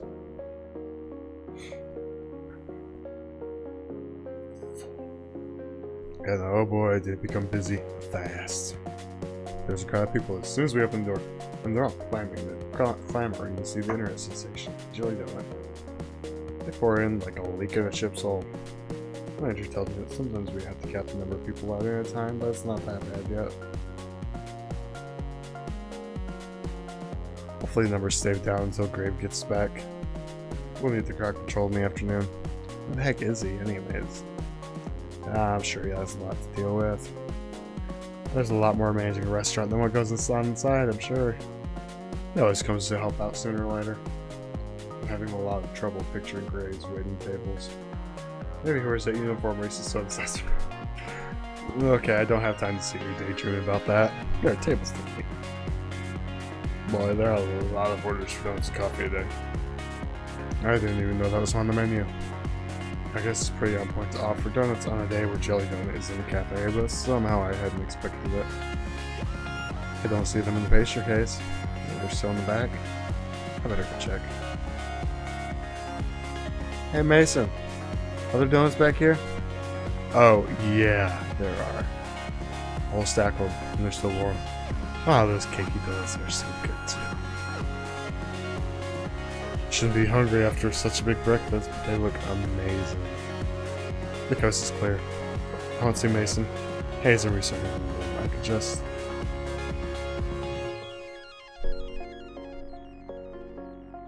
No.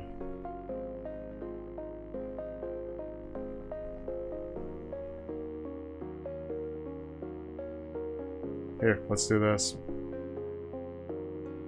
Susan. Smart click map. Click map. Let's go. Click which option.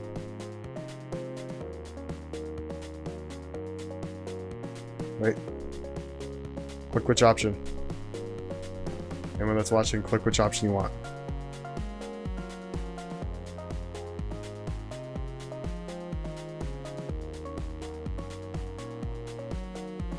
Huh. Said one click, one user, but didn't tell me which one. Did you click on the right side? Did you click I better not?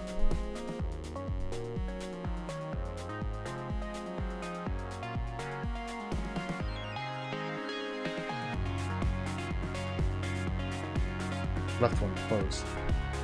Restart. Okay, try again.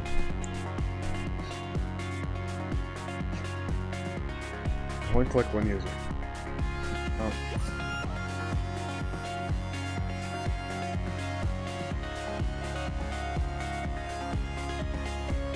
Let's 2 users.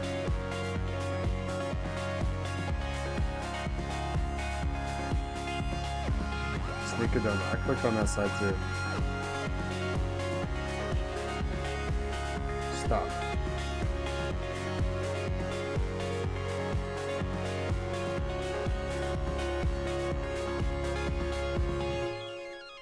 Pull.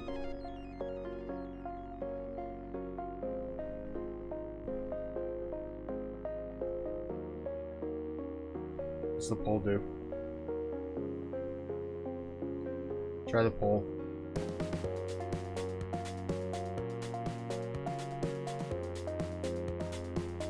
There's nothing to click. Oh well. Close. Main menu. There.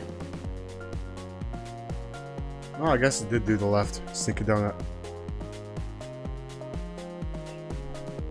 Just one donut won't hurt, right? I reach out my hand and feel another hand on my shoulder. I freeze. I can feel her leaning real close. So close I feel her hair brush aside my face. Gonna pay for that? Oh, sorry. I don't steal from my kitchen.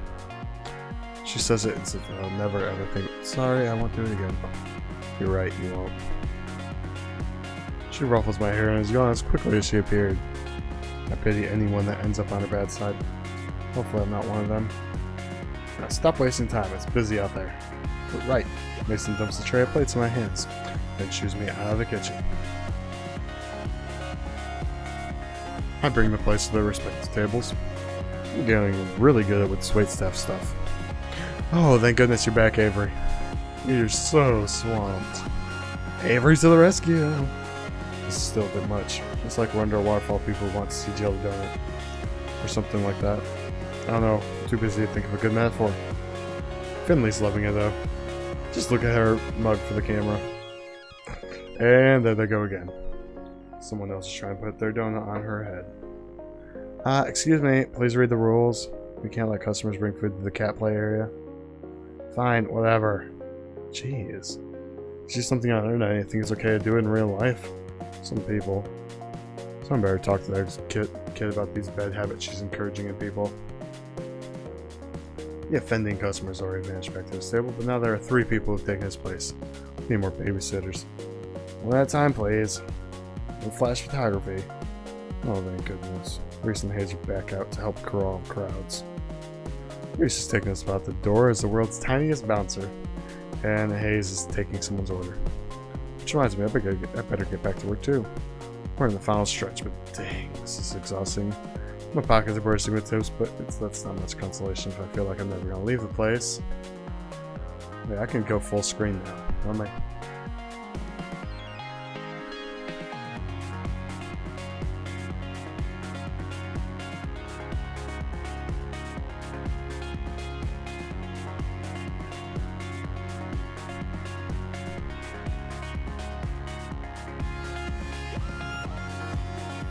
There. I don't have those annoying black bars.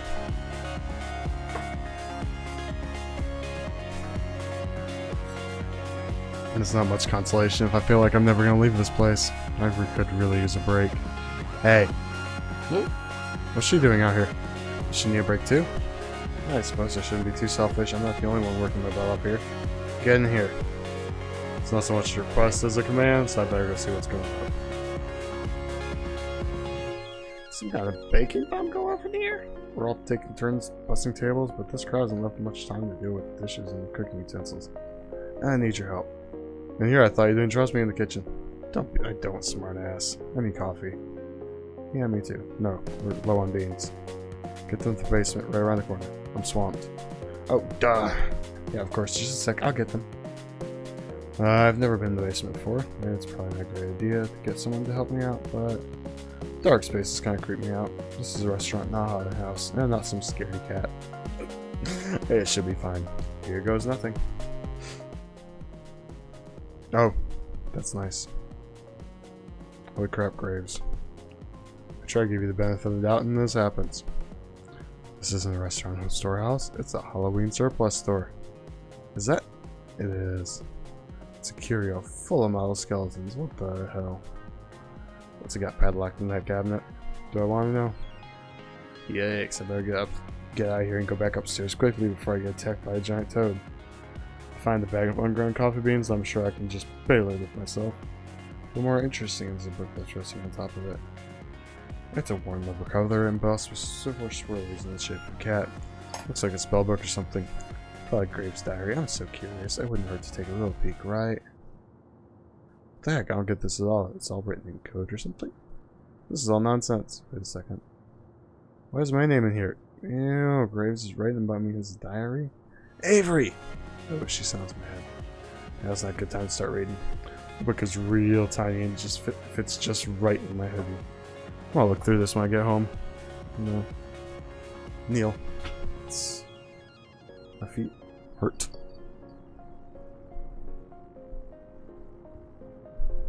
This is probably nothing, but after seeing the name of it. Okay, where's this taking me over? Bad look. I'll bring it back before anyone even notices it's gone. Okay, but seriously, I shouldn't be before a curl lands in my hair or something. I heft the coffee bag in my arms and trundle back up the stairs to the kitchen. I cannot read. Ah, light of day. It was way too quiet in the basement. I barely get the door open when I hear muffled noise coming from the dining room and clanging of pots and pans in the kitchen. Get lost? Took you long enough. Sorry, didn't know my way around there yet. Creepy, isn't it? Yeah, I'm glad you said it. It gives me the chills. I like it. Somehow I'm not surprised. Thanks. Now get back to work. Okay. Anytime? The whirring of the coffee grinder starts immediately after I start talking. This conversation is probably over. Better get out there and see what's going on. Looks like the crowd has dissipated. At least I don't see Finley or... I also don't see Finley or Billy Donut anywhere. I guess even her energy has its limits, huh? Hey Kitty, how about some coffee? I had a real busy day at work. Oh, there she is. Oh, she looks worn out. I bet that does take a lot out of you. Wait, Cutie? Dang, is she just being friendly or is she making a move? One coffee coming right up. Let me put anything in it? Oh, you sweetheart. Just give me milk and 2 sugars, please. You got it. I fetch her a cup of coffee just the way she likes it. As I make it back, I catch her looking at her phone. The cafe got some really good comments today. We should see a nice boost in traffic from this. So, is this what you mean by a social media expert or whatever? Yep. I run the company message board and all those other accounts. Jelly Donut was something I started doing to get more cafe traffic. Didn't expect it to get so big. It's actually a lot of fun. You should join me when you start transforming too. I could use a sidekick. Oh yeah, I'd forgotten about that until just now. Oh, sorry. I'm just trying to help. Here, come sit with me for a sec. Quite enough that Landry can take care of the remaining stragglers, so it should be fine if we sit for a minute or two. Really though, it's gonna be fine. We all stick together here. You're part of the family now. Got it? You're part of the family now. You can't go back. You got it. You got it. And you have wrinkles in your hair. She reaches up and finds a treasure trove of sugar stuck in her bags. Ha ha ha, so I do. I mean it though. Got it? Yeah, thanks. Got any room for another at this table? Oh, guess there weren't too many left after all. I glanced downstairs and it looks like he's already locked the door. I'll wait. Always. Landry scoots a chair next to Finley. I guess the cafe's closed now. I expect you all won't be spending too much time lollygagging. We have cleanup to do. Jeez, Dad. Lollygagging? Really? I don't know. It was the first word that came to mind. Reese, why don't you sit with us too? We can definitely use a break. I suppose so. Where's Hayes and Mason? Oh, you know Mason. She's probably already gone. She's just a grind of shifts to help with cleanup. She gets here earlier than any of us for prep. It's only fair she also leaves early. Besides, I think she has something that she does after work. What, as a cat? Hey, don't judge. Wonder what kind of cat she is, anyway. Feels kind of rude to think that, but you know what they say about curiosity and cats. Let's just see if she's here thinking for her work. I'll be right back. Tell Hayes to come join us if you see him. You got it. Oh, the kitchen is pretty clean already. Is Mason that quick? Oh, there she is. Probably just before she could go. Mason! What? Oh. You really busted your butt today. Thank you. It's my job. Sure, I got one foot out the door. She seemed irritated that I interrupted her. Have a good night. Well, have a good night. And with that, she's gone. Boy, she's hard to talk to. She disappears around the corner by a second. Later, I catch a glimpse of a lanky orange cat with a crooked tail. Maybe that's her. Looks like she's heading in the same direction as my apartment. I wonder if we're neighbors? Probably not. That's kind of silly to assume. When I get back to the kitchen, I hear the sink running. Looks like Hayes is doing the rest of the dishes. Why doesn't he come out with the others? Poor boy deserves a break as much as the rest of us. If everybody's a family, like Finley said, he should be a part of it too. Well, let's help him. Guess we could do this real quick though. Hey, let me help with that. You can't do all those yourself. You don't have to. Yeah, I do. I'm gonna feel bad leaving you in here by yourself. I like it that way. Too bad, because I'm here. He turns the sink back on and looks away from me. I guess that was a little forceful. He's acting like I scolded him. We do the dishes together. He washes, I dry. This is really awkward. So, Hayes looks startled. I just shot at him. I wasn't trying to break the silence, but maybe I should have had a good follow-up. You've been working here long? Nailed it. I suppose so. How long is that? 2 months? I'd get more blood from a stone. Should I leave him alone after all? That's cool. Yeah. And that's it, huh? Awkward. We finish up dishes without much else by way of talking. Great. Alright, I'm gonna go back out and sit with the others for a bit. You coming? Sure. We both head out quietly. I grab a cup of coffee on my way back to the cafe. He slips upstairs, probably get a cup of much better coffee. I head back upstairs, coffee in hand, return to my seat. Hayes follows shortly after and sits at the table next to us. I reach out and drag his table a little closer to ours. We all sit and talk over coffee for a while. We divide the tips, carefully leave a separate stack for Mason when she gets in tomorrow. Getting pretty dark out, I should get going soon. I say goodbye to everybody and head out. They're all staying late again. I can understand that. Of course they want to be human for as long as possible. I'm gonna enjoy this while I can.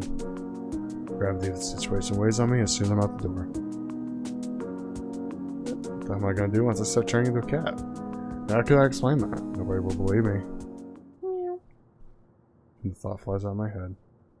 The black cat with the odd eyes is back. It sits in the middle of the road. Something dangles from its mouth, but I can't tell what. Quit it, Graves. I know that's you.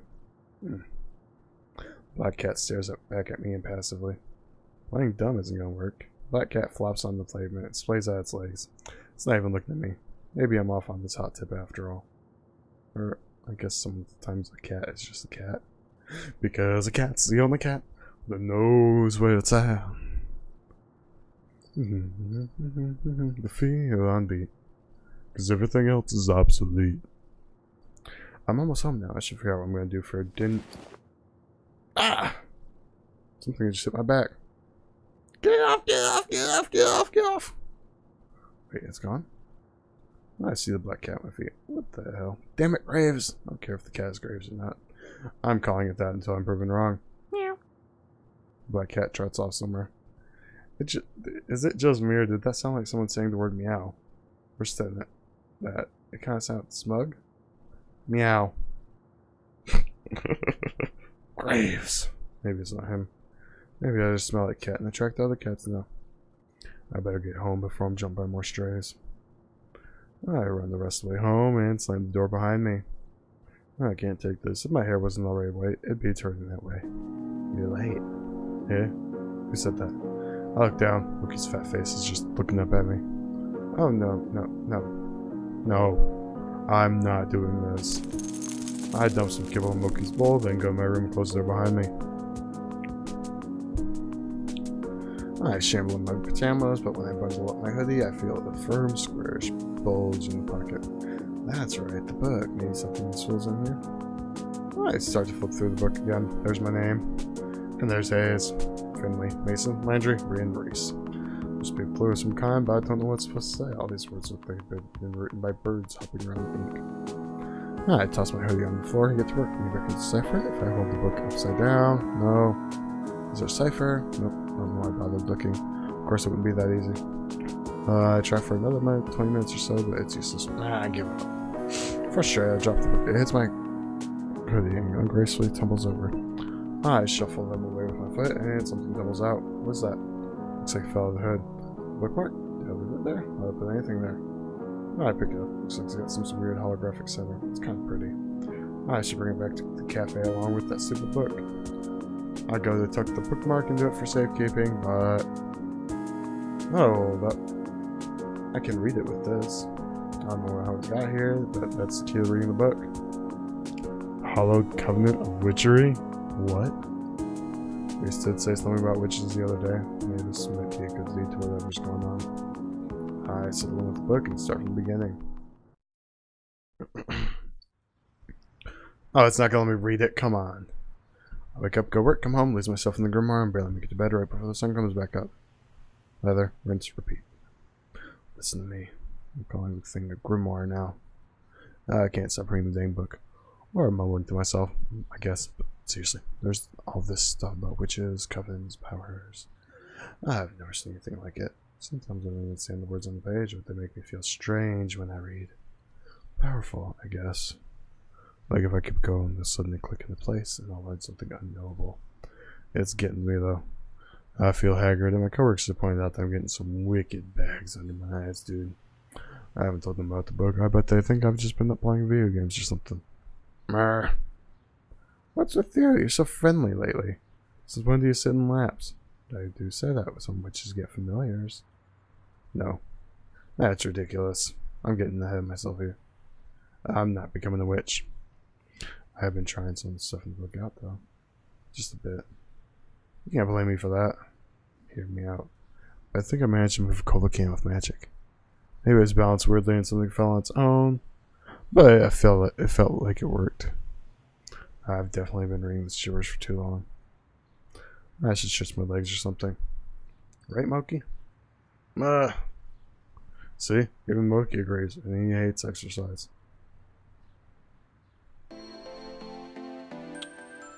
Hey, it's actually pretty early. Getting us at home all night actually reset my sleep schedule to a normal one. I'm gonna celebrate with some coffee, breakfast, and a nice walk. When did I become a coffee drinker anyway? It's not bad at all now that I've gotten used to it. The stuff I drink is actually real shade tan now, almost. My palate is refining every day. Kinda just want a big old cheese Danish or something too. There's a corner store down the road. I've been there for a lot of stuff, and the breakfast pastries are real good.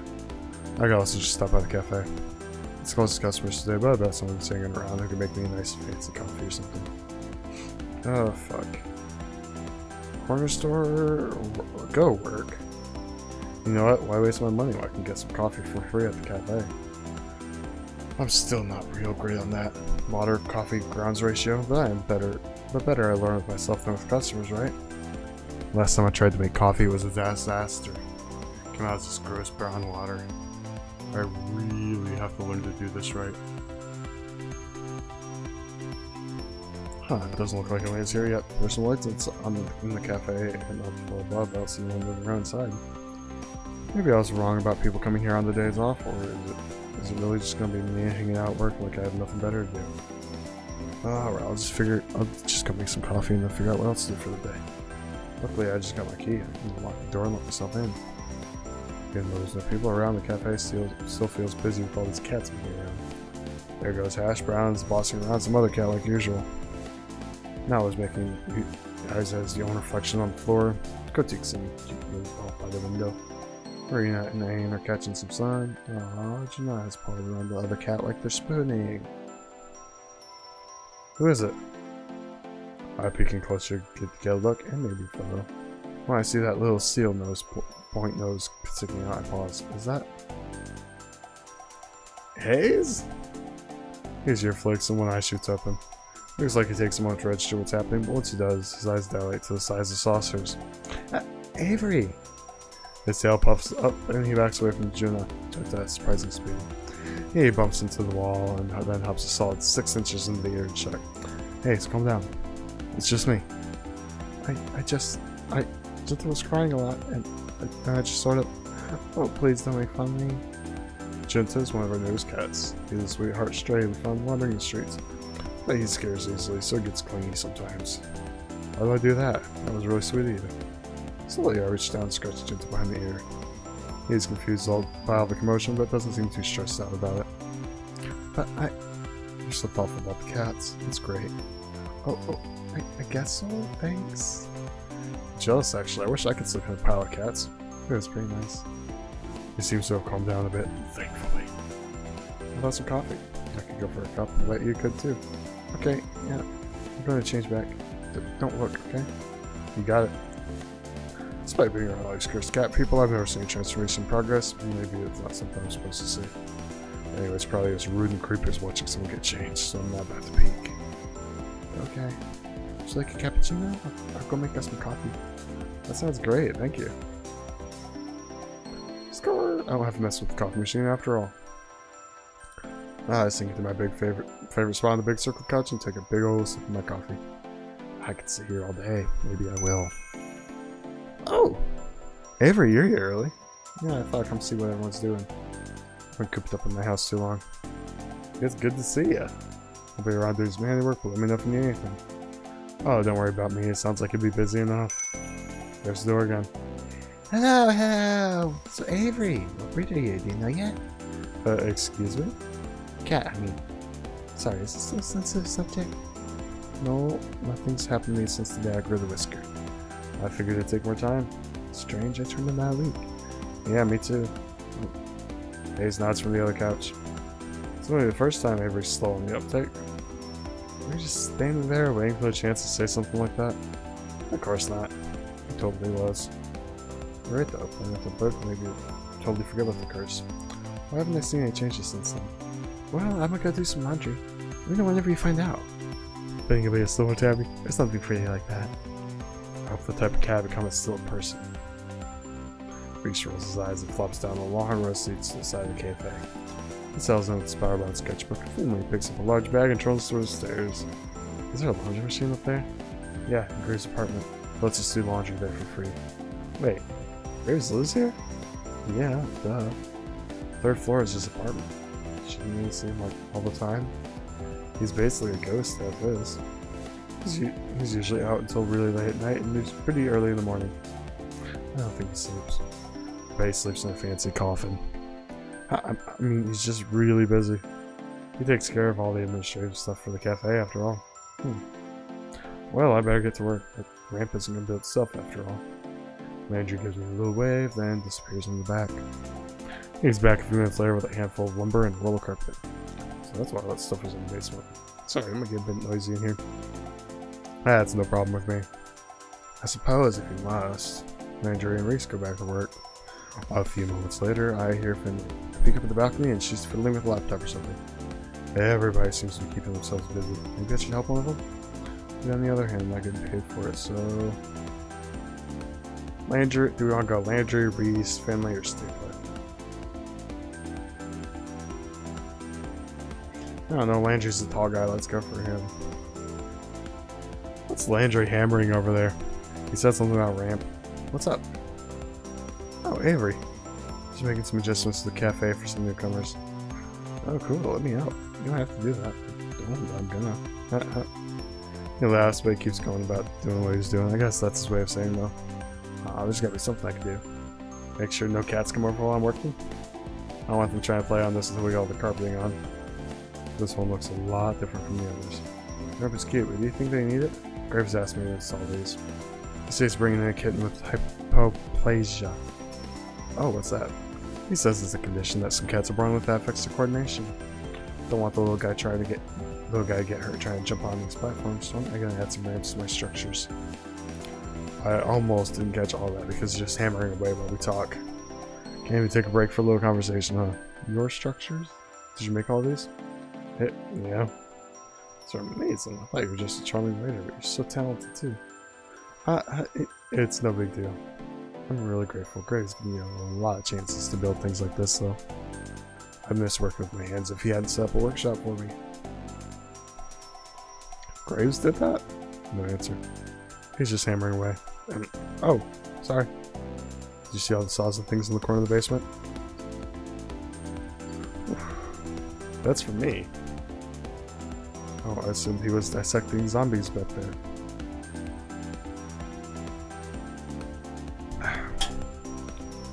Ha, Avery. He gives me a light, playful slap on the shoulder. His other hand is still balancing a hammer while propping the ramp. Maybe I should take something from him before this becomes a workers' comp case.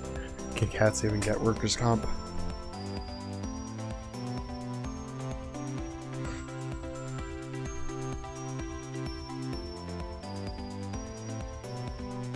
You're so unforgiving.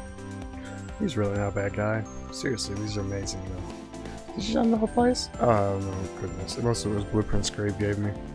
Most of it, you say? I bet there's some of your own personal genius in there too. Oh, you flatter me. I give him a quick wink and a smile, and he's a deer in the headlights. He drops a hamburger and quickly fumbles to recover it in himself. It's so cute watching me get flustered like that. We all get caught up doing our own thing when I hear footsteps approach me from the kitchen. Why, if it isn't the big boss himself? My wonderful cat herders, I see you've been keeping the place well while I've been gone. He looks over us, but his gaze stops on me for just a second. He has a weird glimmer in his eye that I can't really place. Ew. I'm on to you, buddy. I know you have something to do with that book. It can't have just been there because you're a collector or something. Heck, it has our names in it. I don't really understand those pages since the bookmark doesn't work on them, but still, it must be something fishy. Landry. Excellent work on the cat's equipment, as always. But I'm not done yet. Have you ever given me a reason to doubt? I know you'll do a stellar job. We can talk about future design soon. Sure thing, boss. Reese, I see you've been keeping your protege in line. Keep up the good work. Of course. Nothing gets past me. The eyes and tone of an eagle. Protege? Are they talking about me? Hayes, my sweet Hayes. Can I trouble you from some of your exquisite coffee? I'd be happy to. You're a treasure, as always. I hope you've been keeping well. Well... Finley! Finley peeks her head over the top stairs. Upstairs balcony is shut down. Come on, just come downstairs. Present! Your videos are keeping me busy. We had a whole new attendance record the other day. And 6 adoptions in 2 days. The home inspections never end. I'm sorry I have such a precious, adorable girl here making me business work. You are my internet lifeline. I have no head for such things. I bet he's been lost ever since telegrams went out of style. And Avery. He's real close now. I don't think I like it. He puts his hand on my shoulder and levels his gaze down to mine. That That blue eye is so chilling. It really is a telltale heart situation. I'm on to you, Avery. What? You're the fastest learner we've had here yet. I forget you're still new. I feel like he's not just talking about the cafe work. Well, I've been doing a lot of studying. So you have. He lets go of my shoulder and turns away the rest of the employees. He definitely wasn't talking about the cafe. He definitely knows something about that book. I'd ask him more, but maybe it's not a good idea in front of everybody else. I'll chase him down later when he's leaving or something. I have to get more information. Where's Mason? I wanted to see her today too. She hasn't been showing up as much on days off lately. Maybe she's found a comfy gig at an old cat lady's or something. I haven't been to your place in ages though.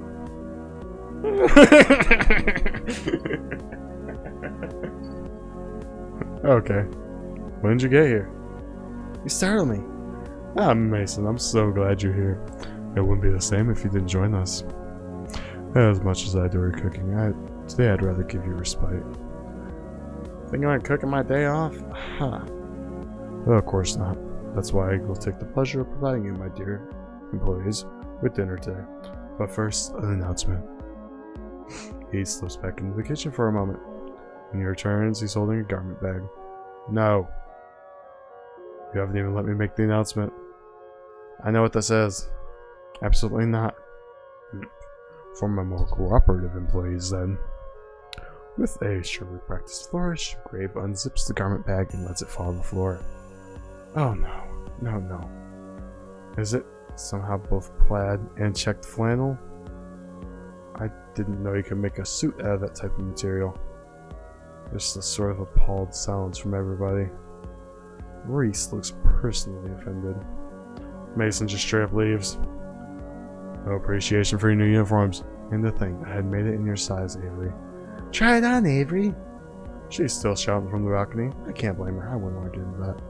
I'd rather wear a potato sack. And I went through such trouble to have it made. Check with us next time before you waste your time. It's easier to beg forgiveness than ask permission, as they say. See, you knew we wouldn't agree with it. Well, I'll leave this here in case you all come to reason. Take some time to admire it. I'll be off for one last errand. But trust when I return, you all will be treated to a wonderful meal. Until then, farewell. With that, he disappears in the kitchen. I'm gonna follow him, just to see what happens when he leaves. I get to the kitchen and see him slip through the back door. I'm sure I'm gonna see the black cat. I just know it. Look at the door as he leaves. Yeah, he gets further and further away from the cafe, but I don't see him change. Even when he gets past the point where I know he's off the cafe grounds. I guess the others already assumed he wasn't affected by the curse, but why? Does this prove he's the culprit? Also, he escaped whatever it was that got everyone else. Although, to be fair, I can't use this as proof. After all, I also escaped the curse, and I sure as heck didn't cause it. It seems like as good as this time as any to see if I can find out more about what's going on. I peek back to the main cafe. It looks like everybody's back to whatever they were doing before. The newly arrived Mason has kicked her feet up on the couch and seems to already be dozing off. Finley did say we have free access to Graves' apartment. After all, I could go look there and see what he's got hiding up there. Yeah, I'm also curious about what it looks like. But then again, if he's hiding something there, would somebody have noticed it by now? Maybe he saw some magic stuff in that creepy basement. I wonder which would be better to search. Apartment, basement, apartment. We've been to the basement. Let's go as apartment. You know, I've always got the chance to go into that creepy basement. I should take the opportunity while Graves is gone to root around in his apartment a bit. I tiptoe past Finley on the second floor. Sure, she's going to say something to me about where I'm going, but she doesn't look up from the computer. We got crystals there, cat statues. Wow, that's immaculate. This makes me feel embarrassed about to stay in my apartment right now, but that's whatever. He's probably showing off because he knows people come up here a lot. It's well designed too. I can make fun of the guy all I want, but I have to admit he has a sense of style. Interior decorating wise at least. Heck, the cat castle looks downright regal. I wonder if Landry built that one. I don't see any cats in the apartment, but it makes sense that he'd have a setup for them, right? There's probably one in here somewhere. Ah, there we go. I see a single suspicious blue eye peeking at me from inside the castle. Is that Graves? Black cat peeks out. It is. It's not. Oh, hey there. Cloudy Eye belongs to a dark mass of black fur that refuses to move. Even though its gaze follows me everywhere I turn. Hey buddy, it's okay. Sleek tail thumps in the noise because it's carved against the wall. I see you've met the great Countess Dracula. Shoot, I've been caught. Be cool, Avery. Play cool. Named your cat Countess Dracula? Just Dracula, but she's a venerable lady now, so she deserves our respect. She's nearly 19, so I hope you've been taking care with her. Grave leans forward and pats his head on his high legs. Pats his hands on his legs. Slowly, Dracula pulls herself out from the cat castle and hops down. She looked good for her age. She's a tad shy with new people, but she's great. We've been through a lot together. Graves sits on the couch and holds his hand in front of him with an almost unexpected gentleness. Come here, you sweet old lady. Dracula saunters limp-legged, walk up to him and headbutts his palm. Hello, darling. I can hear her purring from here. I'm taken aback at how cute they are together. I don't think you'll find what you're looking for in here, but you're welcome to stay for a while regardless. I feel terrible that we haven't been able to chat since you started. I wasn't looking for anything. You're a terrible liar, you know. Alright, so maybe I was kinda curious. Well, I'm here now, so if you have any questions. Let me ask someone if they're a witch anyway. Hey, are you a witch? Seems a bit... I don't know about that. I know there's something weird about this cafe. Well, I'd be insulted if you say anything less about a cafe that I designed. Weird. What do you know about this curse business? His eyes flicker for a moment, cold and fiery, before he turns them back towards Dracula. You're all cursed in their own ways, Avery. There are some instances where you must be your own savior.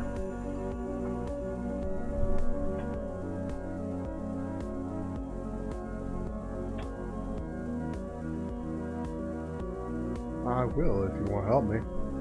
You're a strong one. I like that. Hell or high water, I'm gonna stick to the graves and get this dumb curse lifted for everybody. How about that? Well, I'd best be headed back out. I need to make a few rounds before I pick up dinner. You'll join us, won't you?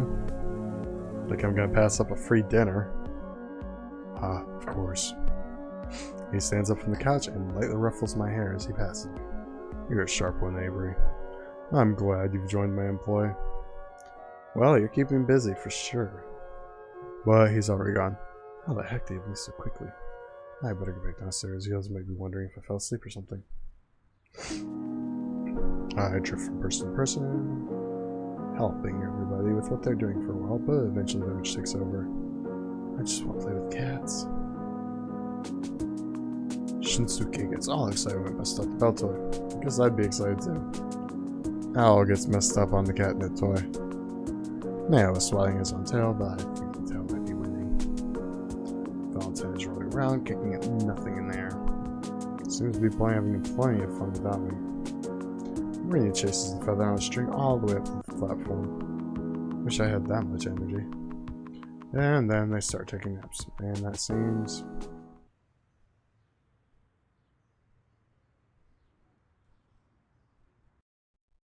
I'm a cat now, ain't I? Will someone please exhume Avery from that pile in the corner? Huh? I jump up with this. Go for the cat toys, goddammit. I jump up with the start. When did I fall asleep? Good morning, sleepyhead. Why is there a garland on my head? There isn't. In fact, I seem to be covered in cat toys. The heck? Well, we tried to wake you up. With catnip? What is all this? Finley. What? I just put a mouse there to see if you'd wake up. And then you didn't, so I put another. And another. And another. I got some really cute pictures out of it. Oh my god, don't put those on the blog. Why would I ever do that? I fling a catnip mouse's Finley as hard as I can. It ricochets off her head. Ow! Hey! Okay, they won't go on the blog. Good. Today. No! Finley, be nice. All of you stop distracting from the matter at hand.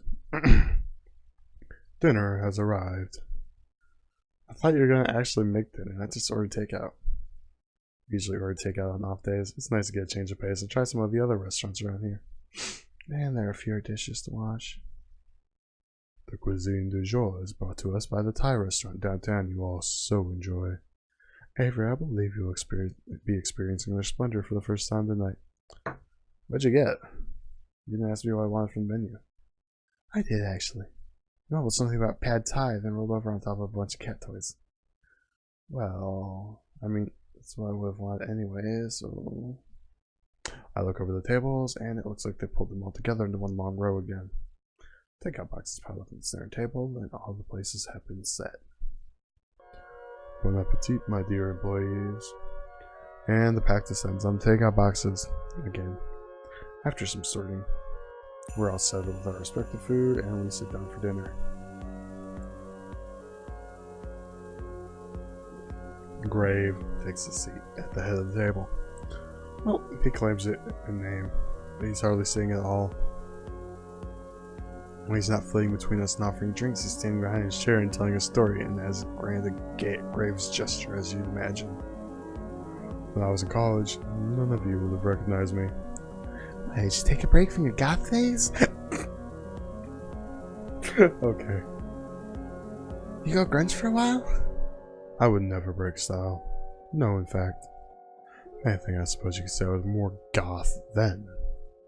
I had long black hair, I wore such elaborate makeup. If anything, that's almost more on brand than you are right now. Why stop? Can't imagine how much time that took from my day. I have a business to run now, after all. Dad showed me a photo once. One of you with your bandmate. Who? The guy with the mohawk. I don't know how he got such a huge hawk. Ah, yes. It was pure witchcraft, that hair. He's doing it on purpose, isn't he? With the witch jokes. Wait. You were in a band? Are you really surprised by that, Landry? Come on. Everybody was in a band in the 90s. I don't recall that stereotype, but yes. I was in fact in a band. I bet it was called, like, Masters of the Night or something like that. No, Avery, it was not. I'd thank you to give me more credit than that. No, it was more like Nightly Nightshade. Or Dark Carousel. No. Or Sorrows of Blood? It's you, Hayes. You're all so cruel. You have to tell us the real name or they'll keep going. I refuse to further enable this slander. It was Spider-Coven with an X. Reese! Wait, how do you spell spider with an X? Goth willpower. You're kidding me. They had a song that was called something like Rose Baptism. I don't remember the parts that were in French, but... Oh no. Ahem, it went something like... No, this is traitorous. My own pupil betrays me. Ahem, trapped within my own mind. Something in French. My will dissolves blood, the soul's red ride. Life is but a march towards death. Right, Graves? Graves isn't listening to us anymore. He's pacing around and mumbling in agony. So, how you know all this, Reese? Graves and my dad went to college together. He went to their shows. You met your mother at one of them, if I recall. You have to thank me for your very existence, by the way. Don't put it like that. Everybody's laughing and having a good time. Even Graves is being a good sport. This is nice. I wonder how long they've been working together. They're like a big family. Graves is a lot more charming than I thought. He knows how to work a crowd, at least. I'm starting to get it. I guess is why nobody's mad at Graves, even though they're going through all this weird nonsense. He's kind of like everybody's weird, but benevolent uncle. We all chat over dinner and coffee, and before I know the sun is totally gone. How long have we been doing this? Shoot, I better get home and feed Moki before he throws a fit. He gets real passive-aggressive when he's fed late. It is quite late. I'll take care of all the dishes and sundry, so please relax and prepare yourselves to face the day tomorrow. Yeah, I guess we better all get going, huh? Later. Mason's already headed out the back. She barely even turns her head when she waves goodbye. Alright, everybody, see you tomorrow. How long have this been going on? Check the Discord.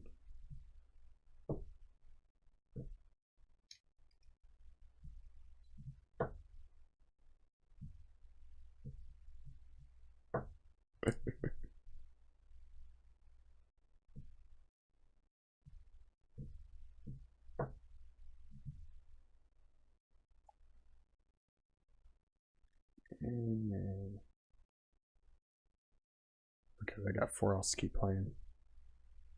Well, it got late. The streets are on, but I still sort of hate walking back roads at night because they're kind of sparsely lit. I don't know why, but I feel like that's a bad thought.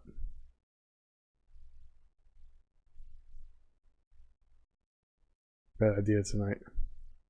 I decided to take the other way home. The store lights are brighter once I get through this alley.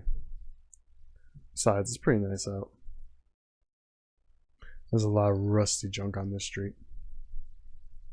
Somebody just dumped their crappy old bike here? Rude.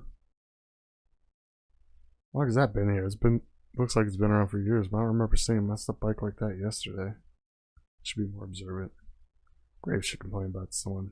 Doesn't make the walk to the cafe look that good to customers. I can't shake this feeling. I can't shake this creepy feeling clawing at my spine. This is a quiet neighborhood. I've never felt this. Something feels different. Off weird. I haven't been getting much sleep lately. I could be imagining it. I don't know. All I know is I want to be home. There's one other person on the street. Doesn't look like he's going anywhere. What is he doing? It's a weird place to loiter. Is he lost? I should offer him directions as I get closer. He moves his head and stares at me with intense gravity, threatening to root me in place and allow the chill I spend sleeping in his claws. I sever eye contact and hurry on my way. Never mind, I should not talk to him at all. Maybe I should cross the street to avoid this because I seem to have his attention now. Out of the corner of my eye, when I pass, I see his head move to follow me. I walk faster. Oh, okay. Maybe I'm exaggerating, making things up. But I'm not about to stay and find out what his deal is. Yikes. I feel like he's still watching me, but I'm not going to look back to find out. I walk even faster. Yikes. Yikes is right. Maybe I'm making out a molehill here, but that was creepy. Yeah, I'm gonna stick to the back streets after all. I better go take care of Moki before he jumps through the window and attacks me for food. I head upstairs, and the rest of the night is pretty quiet. No more weirdos on the street, just the 4-legged weirdo that lives in my apartment. But it turns out if I had stuck around, I would have seen the man continue on his way. I would have seen him take the back alley all the way to the cafe. I would have seen him stare into the window of the cafe for a long time, then up to the 3rd floor. I would have seen him leave a rusty handprint on the shutters of the building across the street. Graves pops into that cafe like a stray cat over the next couple of weeks, never staying for long. I don't know what he's doing when he's gone. The days come and go, and I'm sitting into the routine. I'm staying back up now.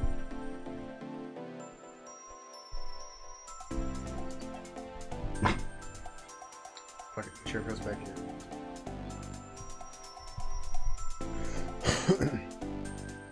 Everybody shows up and does their thing. I'm getting better at my job. I'm getting better at some other stuff too. Hey, Moki, check it out. Moki opens one eye and thumps his tail against the side of the couch. I'm almost totally sure he understands me or something. When I talk to him, it's not like I'm talking to a sentient pillow anymore. He actually acknowledges what I say and responds. It's not that weird to talk to your pets anyway, right? I mean, it's not like he's literally talking back at me. That would be weird.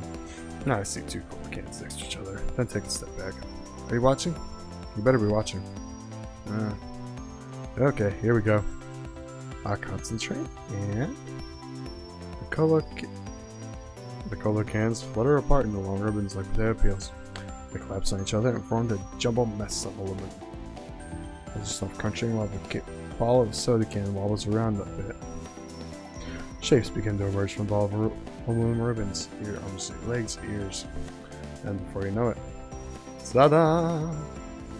A soda can sculpture of a cat. It's you! Moki makes a little huffing noise and closes his eyes. I set the cat sculpture aside with all the others. What, you don't think it looks like you? You're the worst audience. I'm going to show this to the guys at the cafe. They'll appreciate it. I think I feel comfortable with my herb magic, as I guess I might as well call it, to bring it up to everybody. I can demonstrate it now after all, so it's not like they have no reason to not believe me. The real problem is now is figuring out how the heck to bring it up. I'm going to mull that one over a bit, but I suppose a day or two of more planning wouldn't hurt. I should start getting ready for work. I had a couple days off, but I've still been going in to hang out with everybody almost every day. What can I say? I really like everybody there. Some better than others. Okay, one especially more than others. But whatever. But again, first things first, we'll worry about the cat situation, and then I'll worry about the cute coworker situation. I grab my keys, mush my face, and look to say goodbye. He hates it. And then head on my way.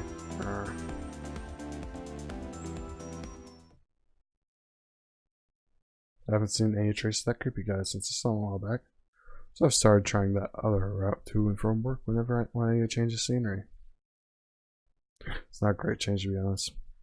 There's still a lot less dusty junk lining the road, and it feels like every time I see more every time I come down this way.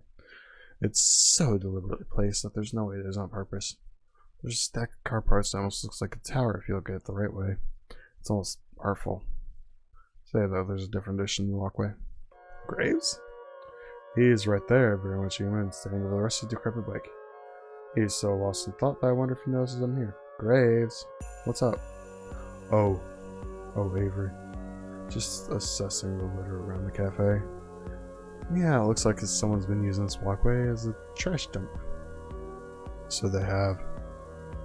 Do you think it's one of the shop owners around here? I know the culprit. The true matter is to properly deal with its disposal. That's not our job. If you know who it is, make them do it. Regretfully, I do not believe we can stop him. He looks so serious. I mean, I can't blame him. This ISR is probably hurting business. What a jerk. Who is it? Nobody you would know. Don't worry about that. Well, I guess if he's not going to stop, we should just start cleaning it up. I'll help carry some of it. I roll up my hoodie sleeves and reach out to grab the rusty bike. And Graves' hand. His fingers scrolled tightly around my wrist so quickly I didn't even see him move. Don't touch it. He feels an intense stern glow as his stare bores into me. For just a moment I feel that chill flow up my spine. Oh, okay, sorry. Forgive me. It's too dangerous to do this without correct procedure. You haven't learned enough yet. It's a lot more complicated than just picking trash, huh? Please don't worry about it. I can't help if I'm wondering if this is related to some other weird things I've seen around here, you know? I'd rather you just focus on the cafe and leave this to me. Please don't worry about it. So, Pig, I seriously don't get you at all. I've been hearing that since before I could speak. I'm used to it by now. You should just tell me straight up what's going on. Consider it a management problem. How's the job treating you? You enjoying it here? Yes? Well, maybe if I had a boss that told the truth, it'd be easier. No need to be contentious. I'm doing the best I can. I am truly sorry for the mess, Avery. I'm not the one you should be apologizing to. Talk to the rest of the staff about that. Best case scenario, this will be dealt with soon, and we can all forget about it. And if the best case doesn't happen, then we'll have a new bridge to cross. Well, you best head you in. We won't be late after all. You gonna write me up for something if I am? I don't think I need to after Finley got through with you for making her open by herself. Shoot, you're right. Well, later. Till then. There isn't much time left till we open, so we hurry off to the cafe.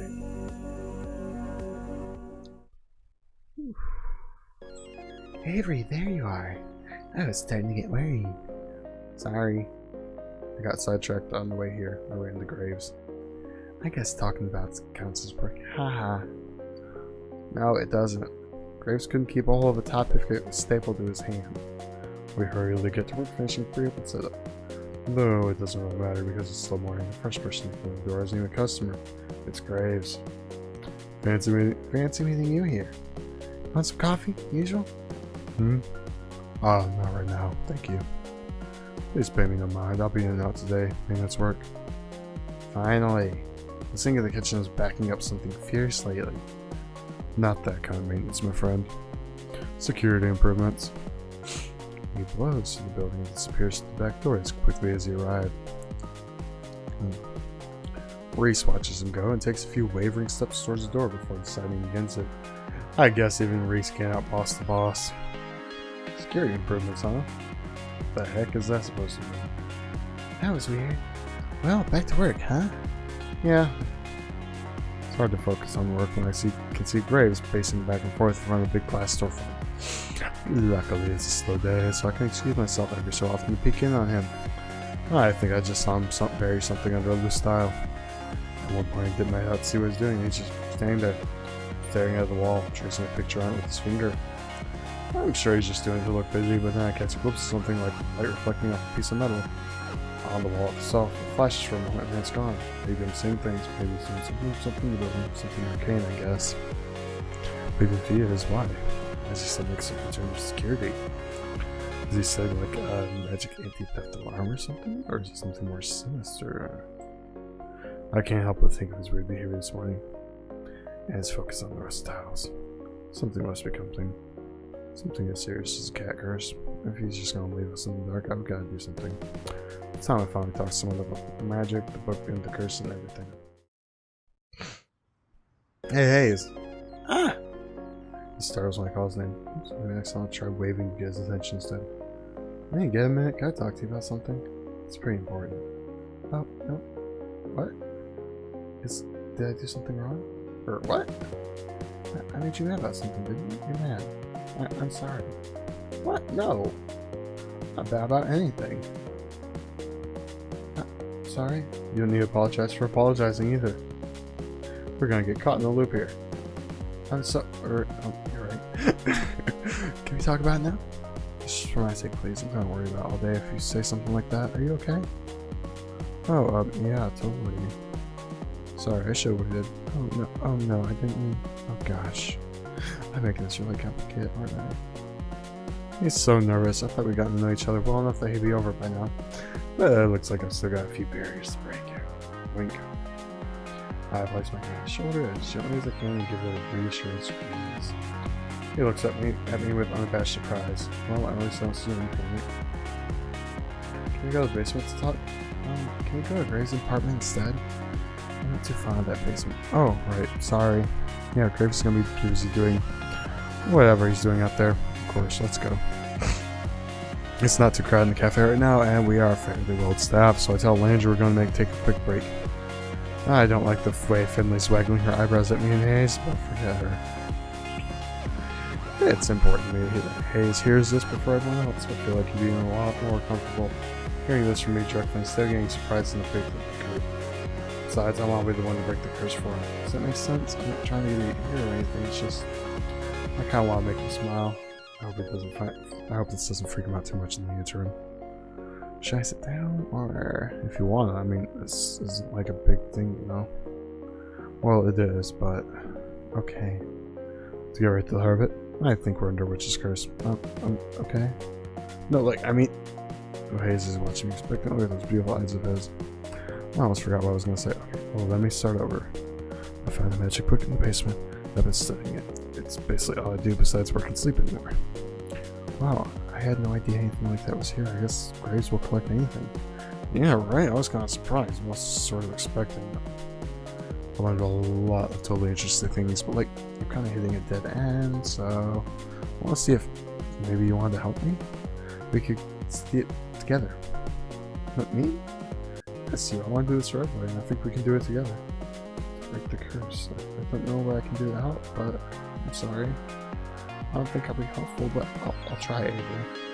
Hey, as long as you want to try, that's enough for me. We'll figure out the rest later. What should I do?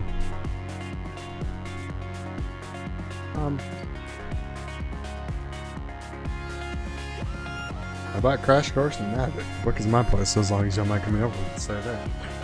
Oh, yeah, okay. That sounds nice.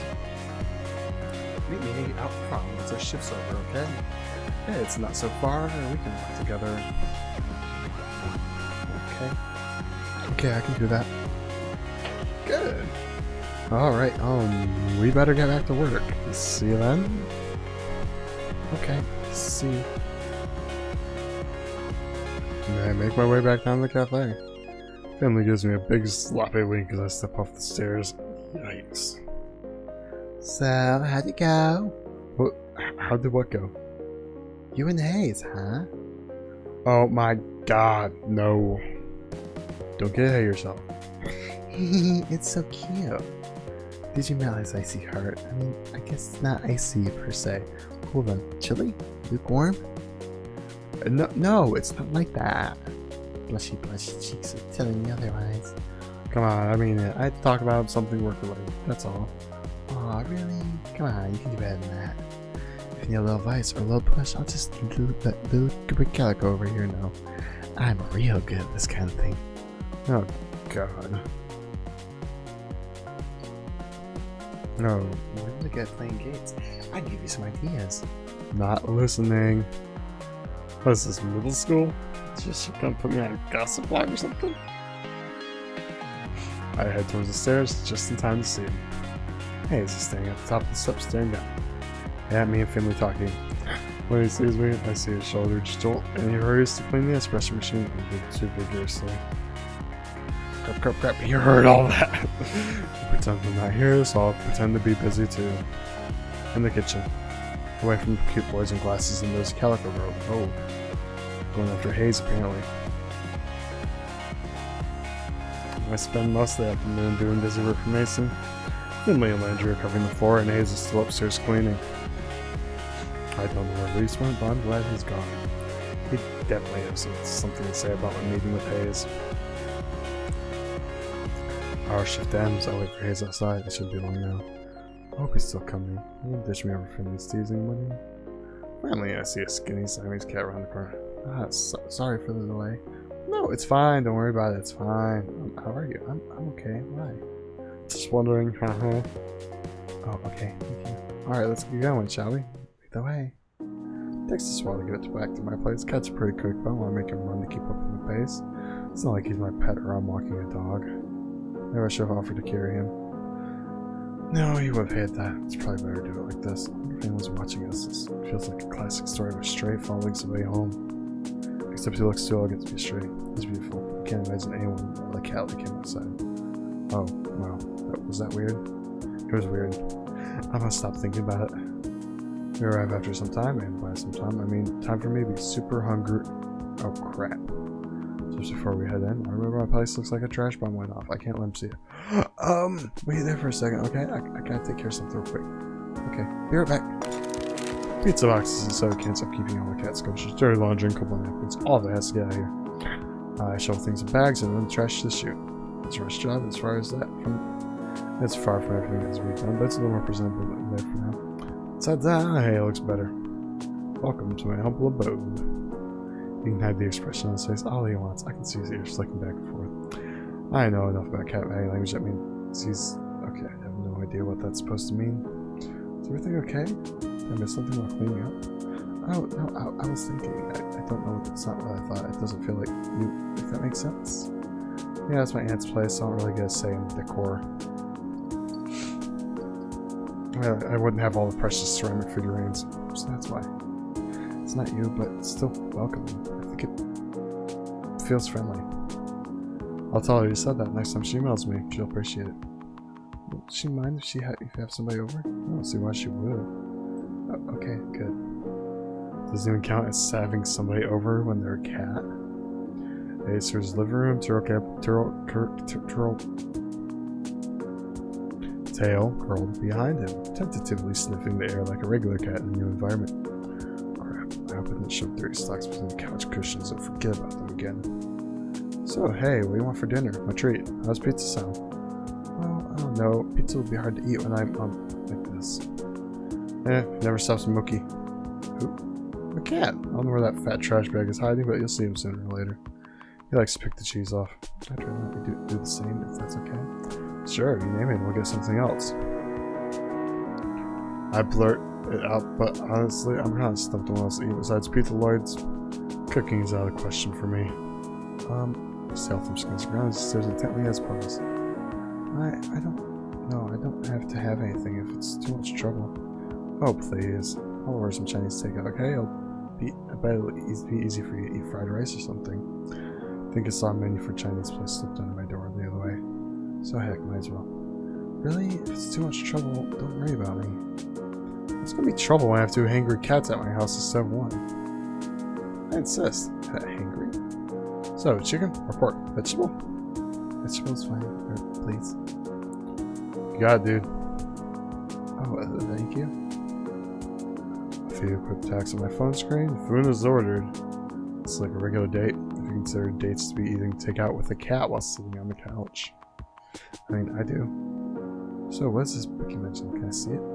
Yeah, let's eat first, okay? I can't study on an empty stomach. Oh, sorry, I never thought about that. I used to read through lunch at school, so I guess I studied a lot like that. Really? You didn't hang out with your friends at lunch? When it was nice, me and my friends would go outside and eat on the front lawn.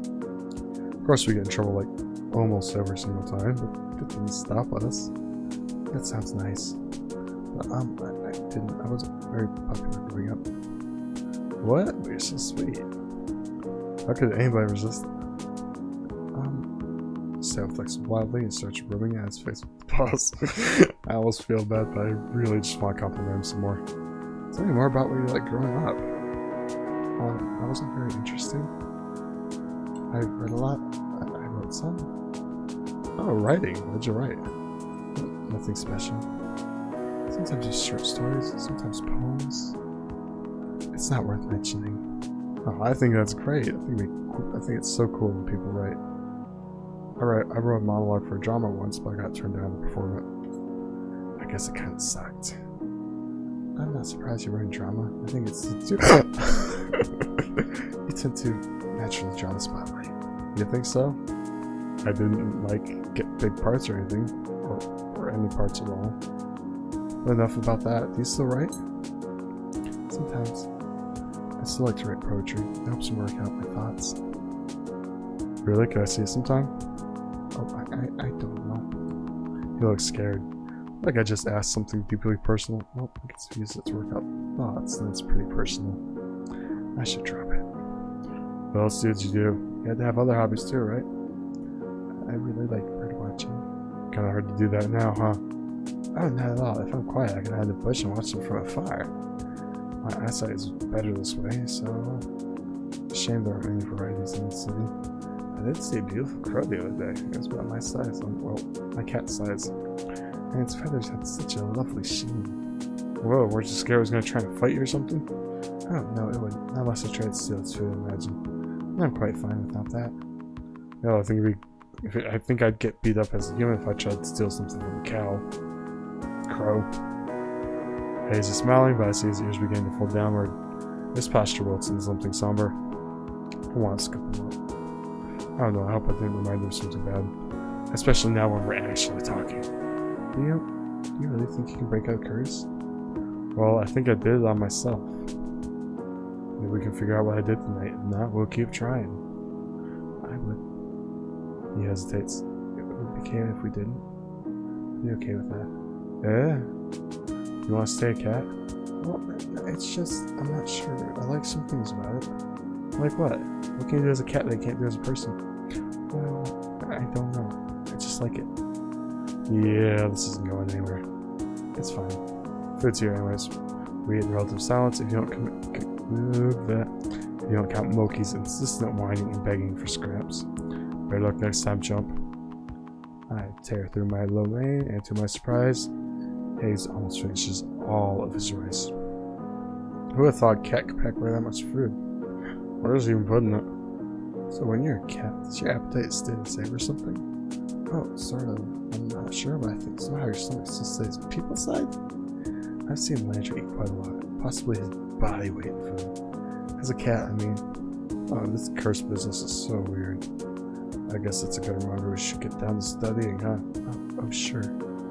Hold on, let me get the book. Why don't you get settled in while I get ready? Okay. I think I left the book in the bedroom. It's there under the pile of laundry. I threw it in here, trying to make this apartment look cleaner. I grab it along with the cipher and return to the living room. Hayes doesn't look like he's moved from that spot on the floor, but I don't think it counts as anything even kind of settled in. I plop down on the couch and pat the cushion next to me. Come on up next to me, I'm not gonna bite. Oh, okay.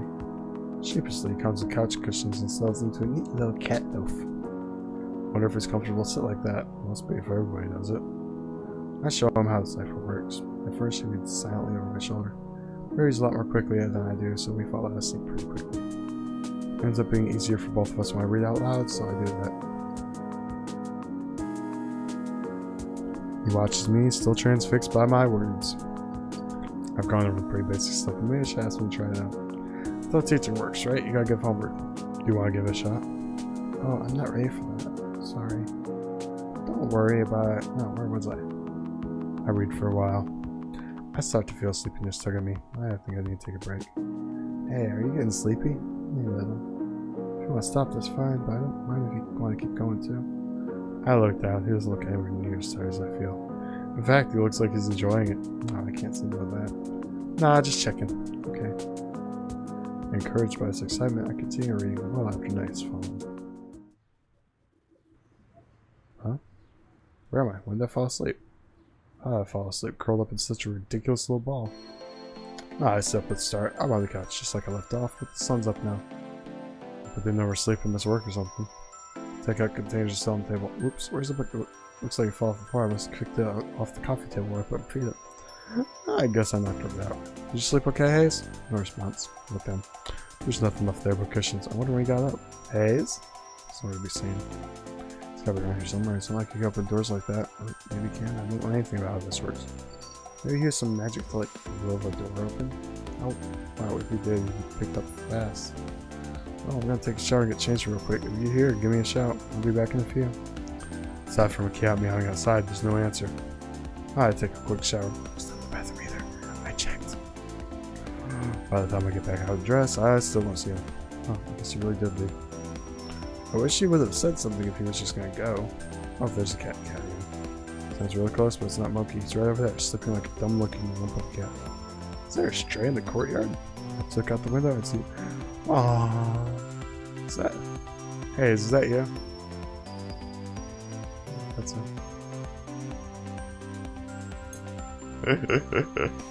it. Please help. What? I'm stuck. Oh jeez, hold on, buddy. I'm not sure how well that branch is support me, so it's better if I didn't go out there and climb up. I'd end up knocking his bolt to the ground. I reach up him towards Hayes, but he's just out of reach. I'll try. Hayes gets forward, glued to the branch until I just barely feel his fur on my fingertips. I get a grip on him that would probably piss off a real cat and pull him back inside.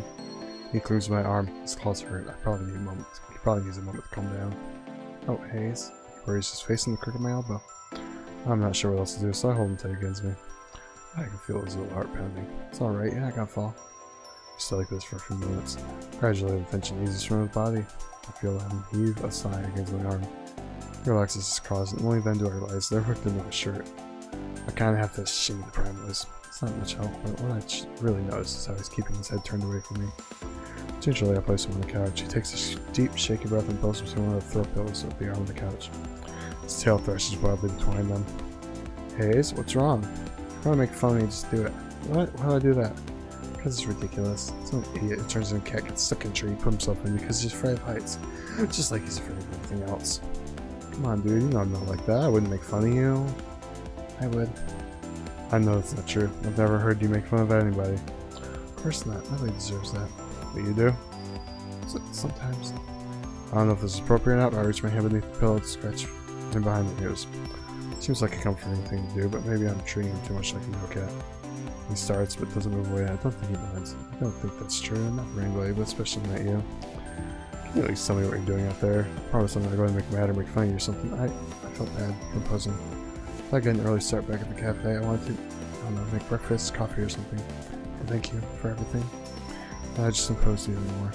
Oh jeez, you don't have to break your neck over me, figuratively or literally. I appreciate the offer, but you didn't impose it all. I brought you over because I wanted to, okay? If anything, I was the one being selfish. Can I still make you something? Because I want to. I can be selfish too. Yeah, sure, but we should get going. We'll catch Hal from Marisa if we're late. You're right. I walked to the cafe with Hayes dropped across my shoulder. It was my idea, but he didn't protest. I guess he's not that scared of heights. Once I spot the cafe, he taps my shoulder. I can walk the rest of the way. Thank you. Yeah, sure. I pick him off and set him on the ground. He waits for me to pass. When I turn to make sure he's still there, he's seen it again. He offers a weak smile when I eyes me. Then something more interesting on the ground. Guess we should keep moving. Aww.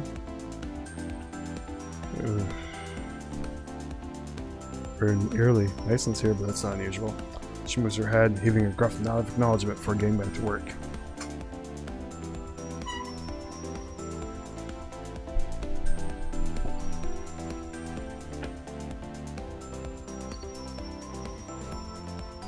So, cappuccino, right? You know it. Right. Right here. He disappears upstairs to coffee it up. I'm not sure what else to do, so I sit down in the cat corner and start playing with Ramona.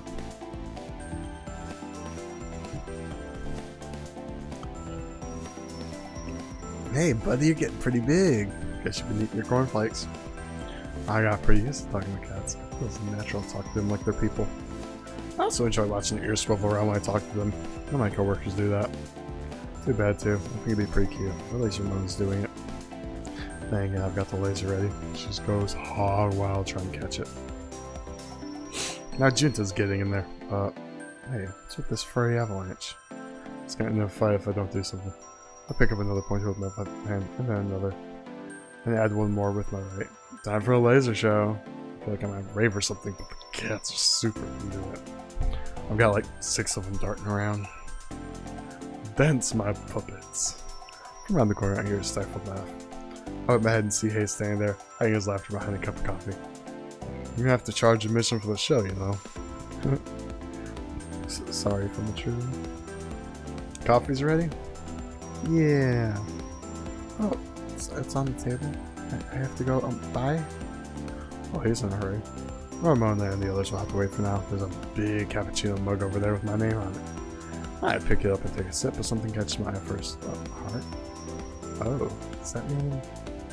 Nah, it's an easy shape. I shouldn't be trying to read tea leaves and latte art. So I can feel my heart pounding. Okay, stop. Now's not the time for this. I busy myself bussing tables and refilling condiments before the cafe opens. Yeah, it never takes as much time as I hope it will. So where'd Hayes go? I don't hear him upstairs anymore. Can't just drop a heart latte on someone who vanished. Our shift's starting. He's supposed to be out front with me today. Hey, Every, you ready for the shift? Oh, Landry, what are you doing here? I thought you were on cat detail today. I switched days. He wasn't feeling well, so he asked if I could help with the cats instead. I like waiting tables more than he does, so I never mind swapping that out. I'd offer the same to you, but, well, you can't exactly do cat detail. Can't say I'm too broken up about that. Yeah. Well, let's get this started. You got it. So, why can't is he hiding from me? Why would he do that? I should not have picked up that book. I want to be a cat. I want to be a cat in this game. Damn it. Landry and I work well together when we're waiting tables, but I'm not exactly a prime partner today. I keep messing up. He's not with any of the cats. I'd know. I can't stop looking. Seriously, what gives? So until after the lunch hour. Brush being generous to the word. I finally find his little feline face. Ah, Hayes. He just pop up and still goes rigid looking into him. What are you doing over there? You doing okay? He does this little fright shuffle and darts into one of the cat trees. What the hell? How am I supposed to respond to that? More importantly, how am I supposed to work when I keep worrying about this dumb boy? Hey, Avery, can I talk to you in the kitchen for a second? Oh crap, how badly did I mess up? Am I in trouble? Sure. Mason and Finley are here talking and working. More accurately, Finley's doing all the talking and Mason's doing all the working. I really think you'd like that guy. Oh, hey guys. Don't mind us. I just want to talk to Avery for a second. Oh, something wrong? Yeah, it's okay, Finley. I'll talk to him about it. Can't say that and not tell you anything. What's bugging you, Cupcake? If they tell you, you'll blab to everyone. That is such an unfair characterization of me. Why did I ever do that? How about when you leaked that story about my old girlfriend? Well... Or that time you tried to convince everyone I was quitting? Oh, come on. Wow, I'm never gonna tell you a secret. I'm being so bullied right now. I'm triggered. I'm gonna tell Bruce. This really isn't helping your case. And with that, she's gone. Alright, now the cafe's ears are gone. Tell me what's up. Well, I'm worried about Hayes. I think he's avoiding me. I think you're worrying too much. He's just feeling really anxious today, so I think he wants some quiet. But he was fine this morning. What's he anxious about? I didn't ask, to be honest. I don't want him to cry. I'm worried maybe I did something wrong. What? Why would it be something you did? Well, I mean, we walked here together, so maybe it's something to tick him off, you know? Oh, is that where he was yesterday? I see. Don't smell like that. Jeez. Yeah, he came over yesterday. How'd you know? We usually walk home together. Our apartments are in the same complex. I didn't know that. Let me try to talk to him for you? You can find out what's going on. Leave him alone. Our head spin towards Mason like a pair of synchronized owls. She doesn't even look up from the tomatoes she's shopping. I guess she's been listening the whole time.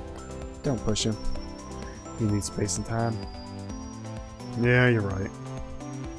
Hayes does things at his own pace. He'll come to you when he's ready. What if he doesn't? What if he doesn't tell me what's wrong? He just hopes it goes away. I've been through that before and nobody likes it. There's other ways to communicate. She turns and dumps the tomatoes in a pan. I mean, she'd be the first person who'd know about other ways of communicating. But how's that supposed to help me? Mason has a point. I think maybe a bit both is for the best. Yeah, I'll think about it. Okay. Why don't you take lunch, Avery? Maybe you'll think better on full stomach. Got a plate right here. Aw, thanks, guys.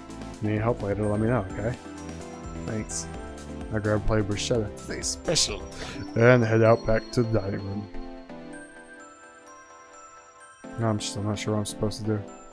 It's not like I'm gonna ask him what's up with Morse code. I can see him over there. He doesn't run away. He doesn't make eye contact either. I've never eaten bruschetta more grumpily, frustratedly. While I sit in the stall, picking up a stray tomato bits and shoveling them in the mouse, I see something roll past my feet. It's a quip, quickly pursued by Owl. Give me that. Then think about it, maybe Owl's onto something. Hey, said writing poetry helps him sort his thoughts. Maybe I should try. If nothing, that's probably less scary than talking. You might like that.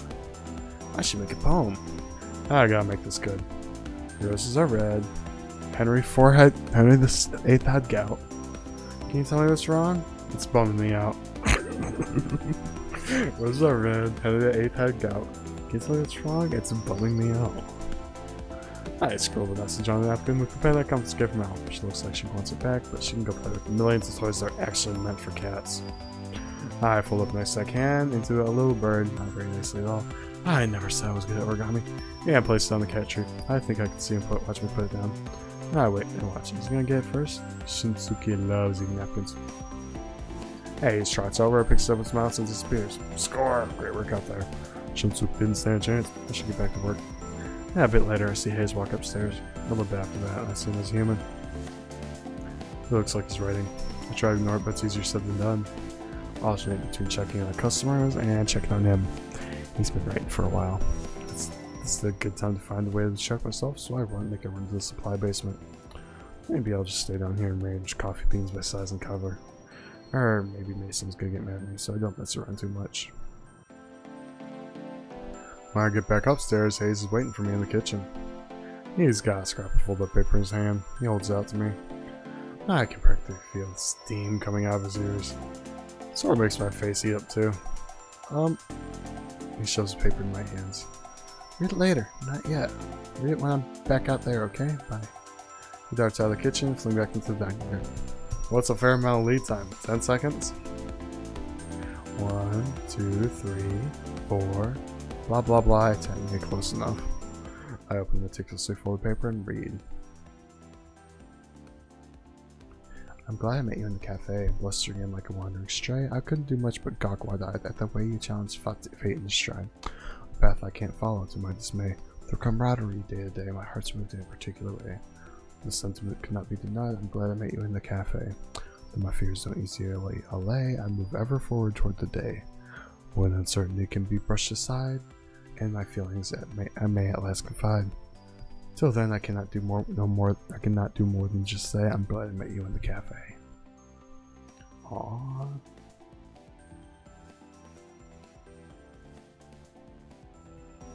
I fold the paper back up as carefully as I've been folding in the first place and tuck it in my pocket. You alright? Yeah. Well, nobody's ever written me a poem before. Wow, keep them. Well, it's not like, not like a love poem or anything. It's a poem about writing a love poem. Or a poem about not writing a love poem.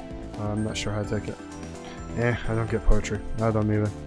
I suppose it's a good time to start trying. I still feel like, I don't know how to explain it, but my heart feels rumbly.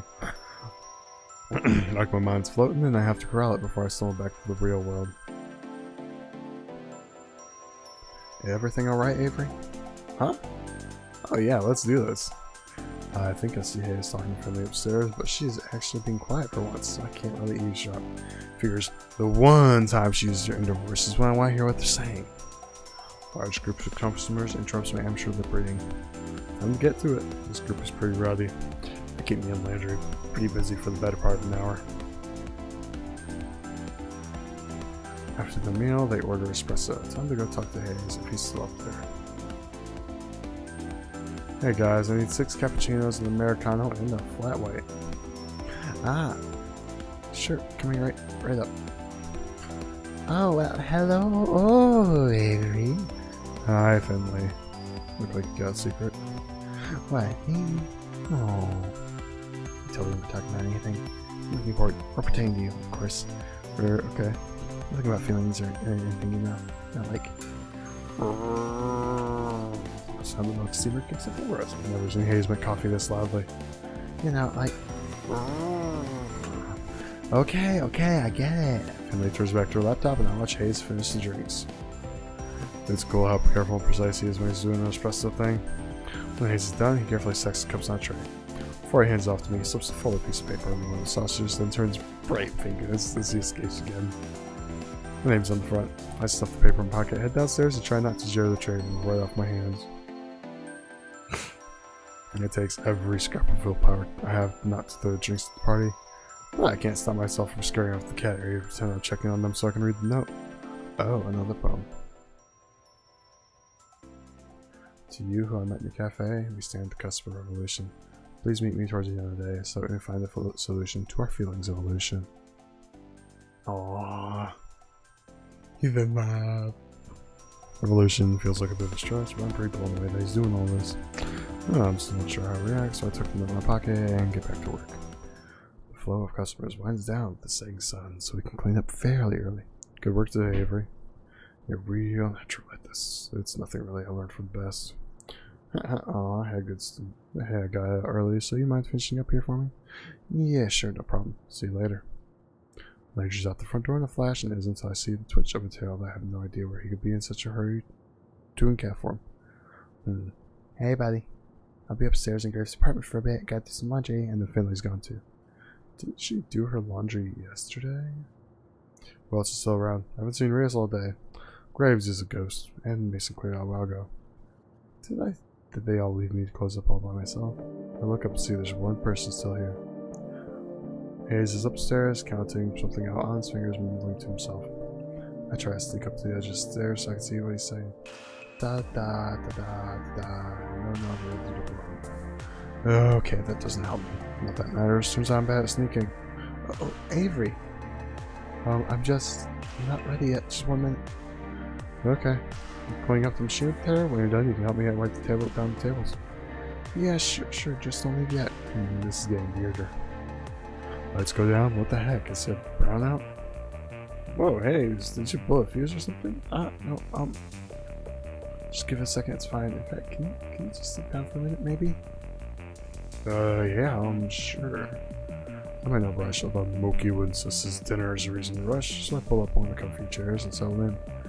I hear some mumbling upstairs. So, what's going on up there? And he lays his fingers at the top of the stairs. He looks more nervous than I've ever seen. I hope he's feeling sick or something. I've realized I can no longer hide. A certain way, my heart just grows and grows. He's singing. I hope you accept this verse with pride. My sentiments expressed in light and prose. Where's that light coming from? Is he holding a candle? It's like hiding a candle? Some more words to sound like mumbling, but I can tell he's trying really hard. He takes another step down, and I look up at him, waiting. Thinking on a bond with some reflection, I finally put my lips to resume.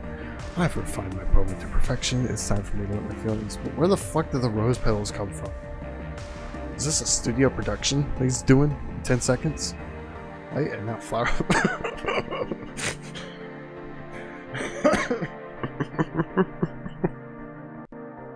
Oh god. Light and not flower petals. What is this? Where's he even keeping this stuff? And he takes another step down. And another until he's finally at the bottom of the stairs. confessions often make us feel confused. If I may please hold your attention rapt, forgive me if this trick is overused. Without poetry, I find my feelings trapped. Oh, heck. Wait, that's not the right amount of syllables. That's not an iambic pentameter. Say this in the correct iambic pentameter. Oh, crap, hold on a second. Something's wrong.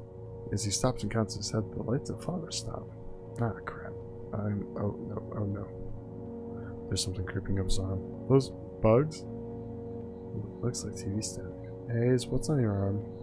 Oh, my arm feels weird. Avery, get it off. Get off. I leap from my chair and it falls over with the black lighter. I'm outside, but what should I do? What's happening? What is this? I don't know. I messed up the poem. I messed up the spell.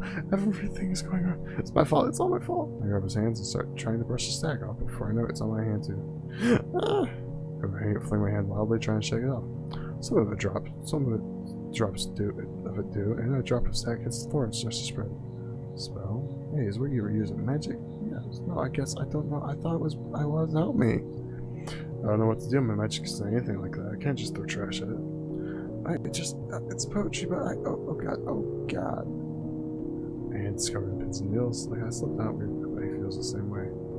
I start to freak out, but it's nothing compared to Hayes. He breathing becomes more labored. I think it might be hyperventilating. I'm so sorry. I'm the worst. I'm trying to get us all destroyed.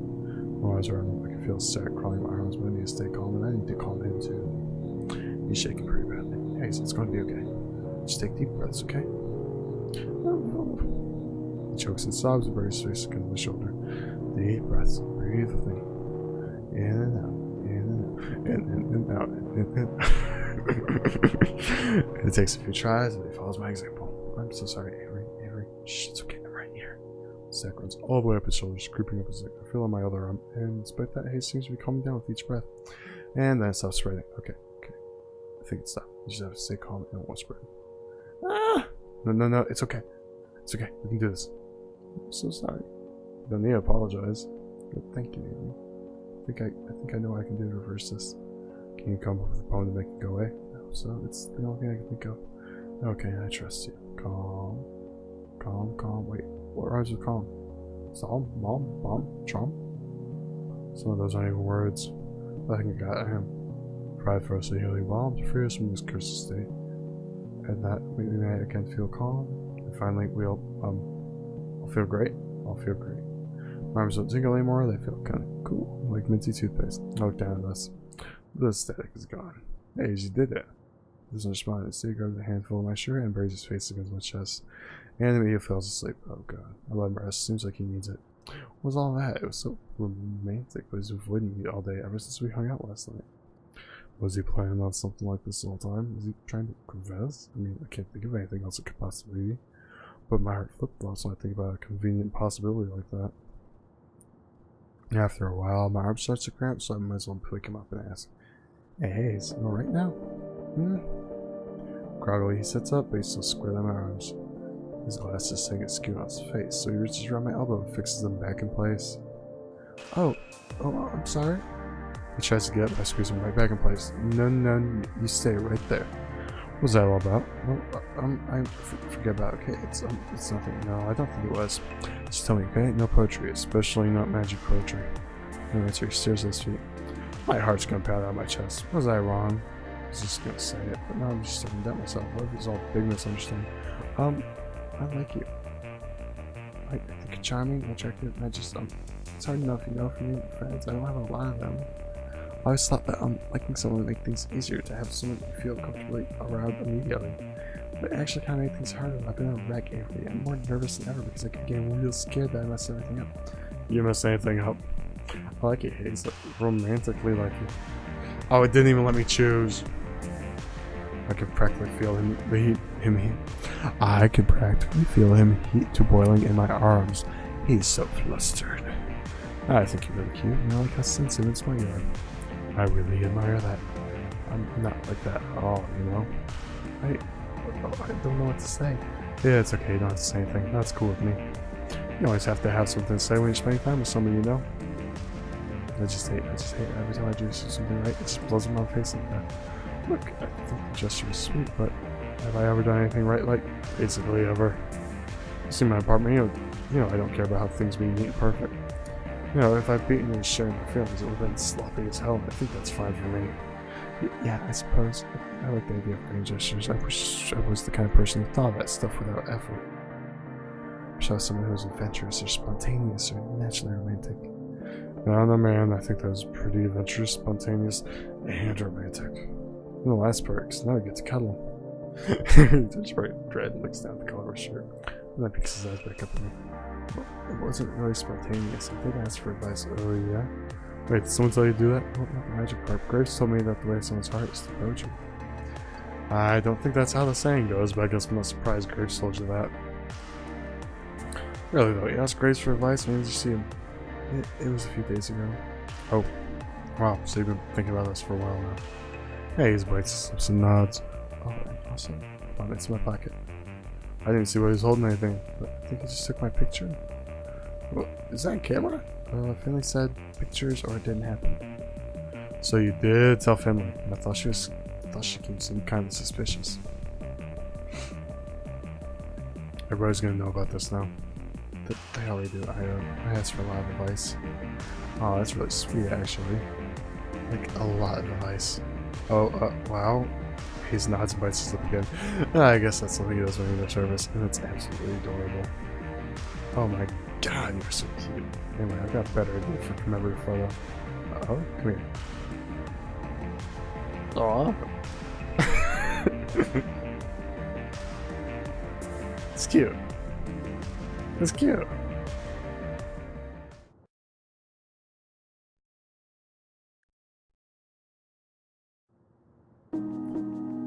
Walking on the sun, stars on my shoulders and my hair is another complicated math.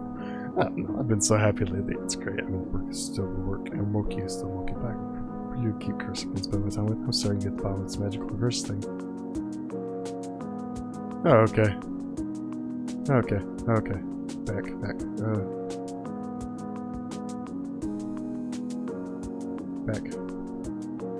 Save. There. Alright, we're gonna finish this up. Probably be back later with PUBG, maybe? I don't know. But you guys have a great day, and I will see you eventually. And we will get back to Hayes and his cuteness. You're gonna bring that boy, Goosey.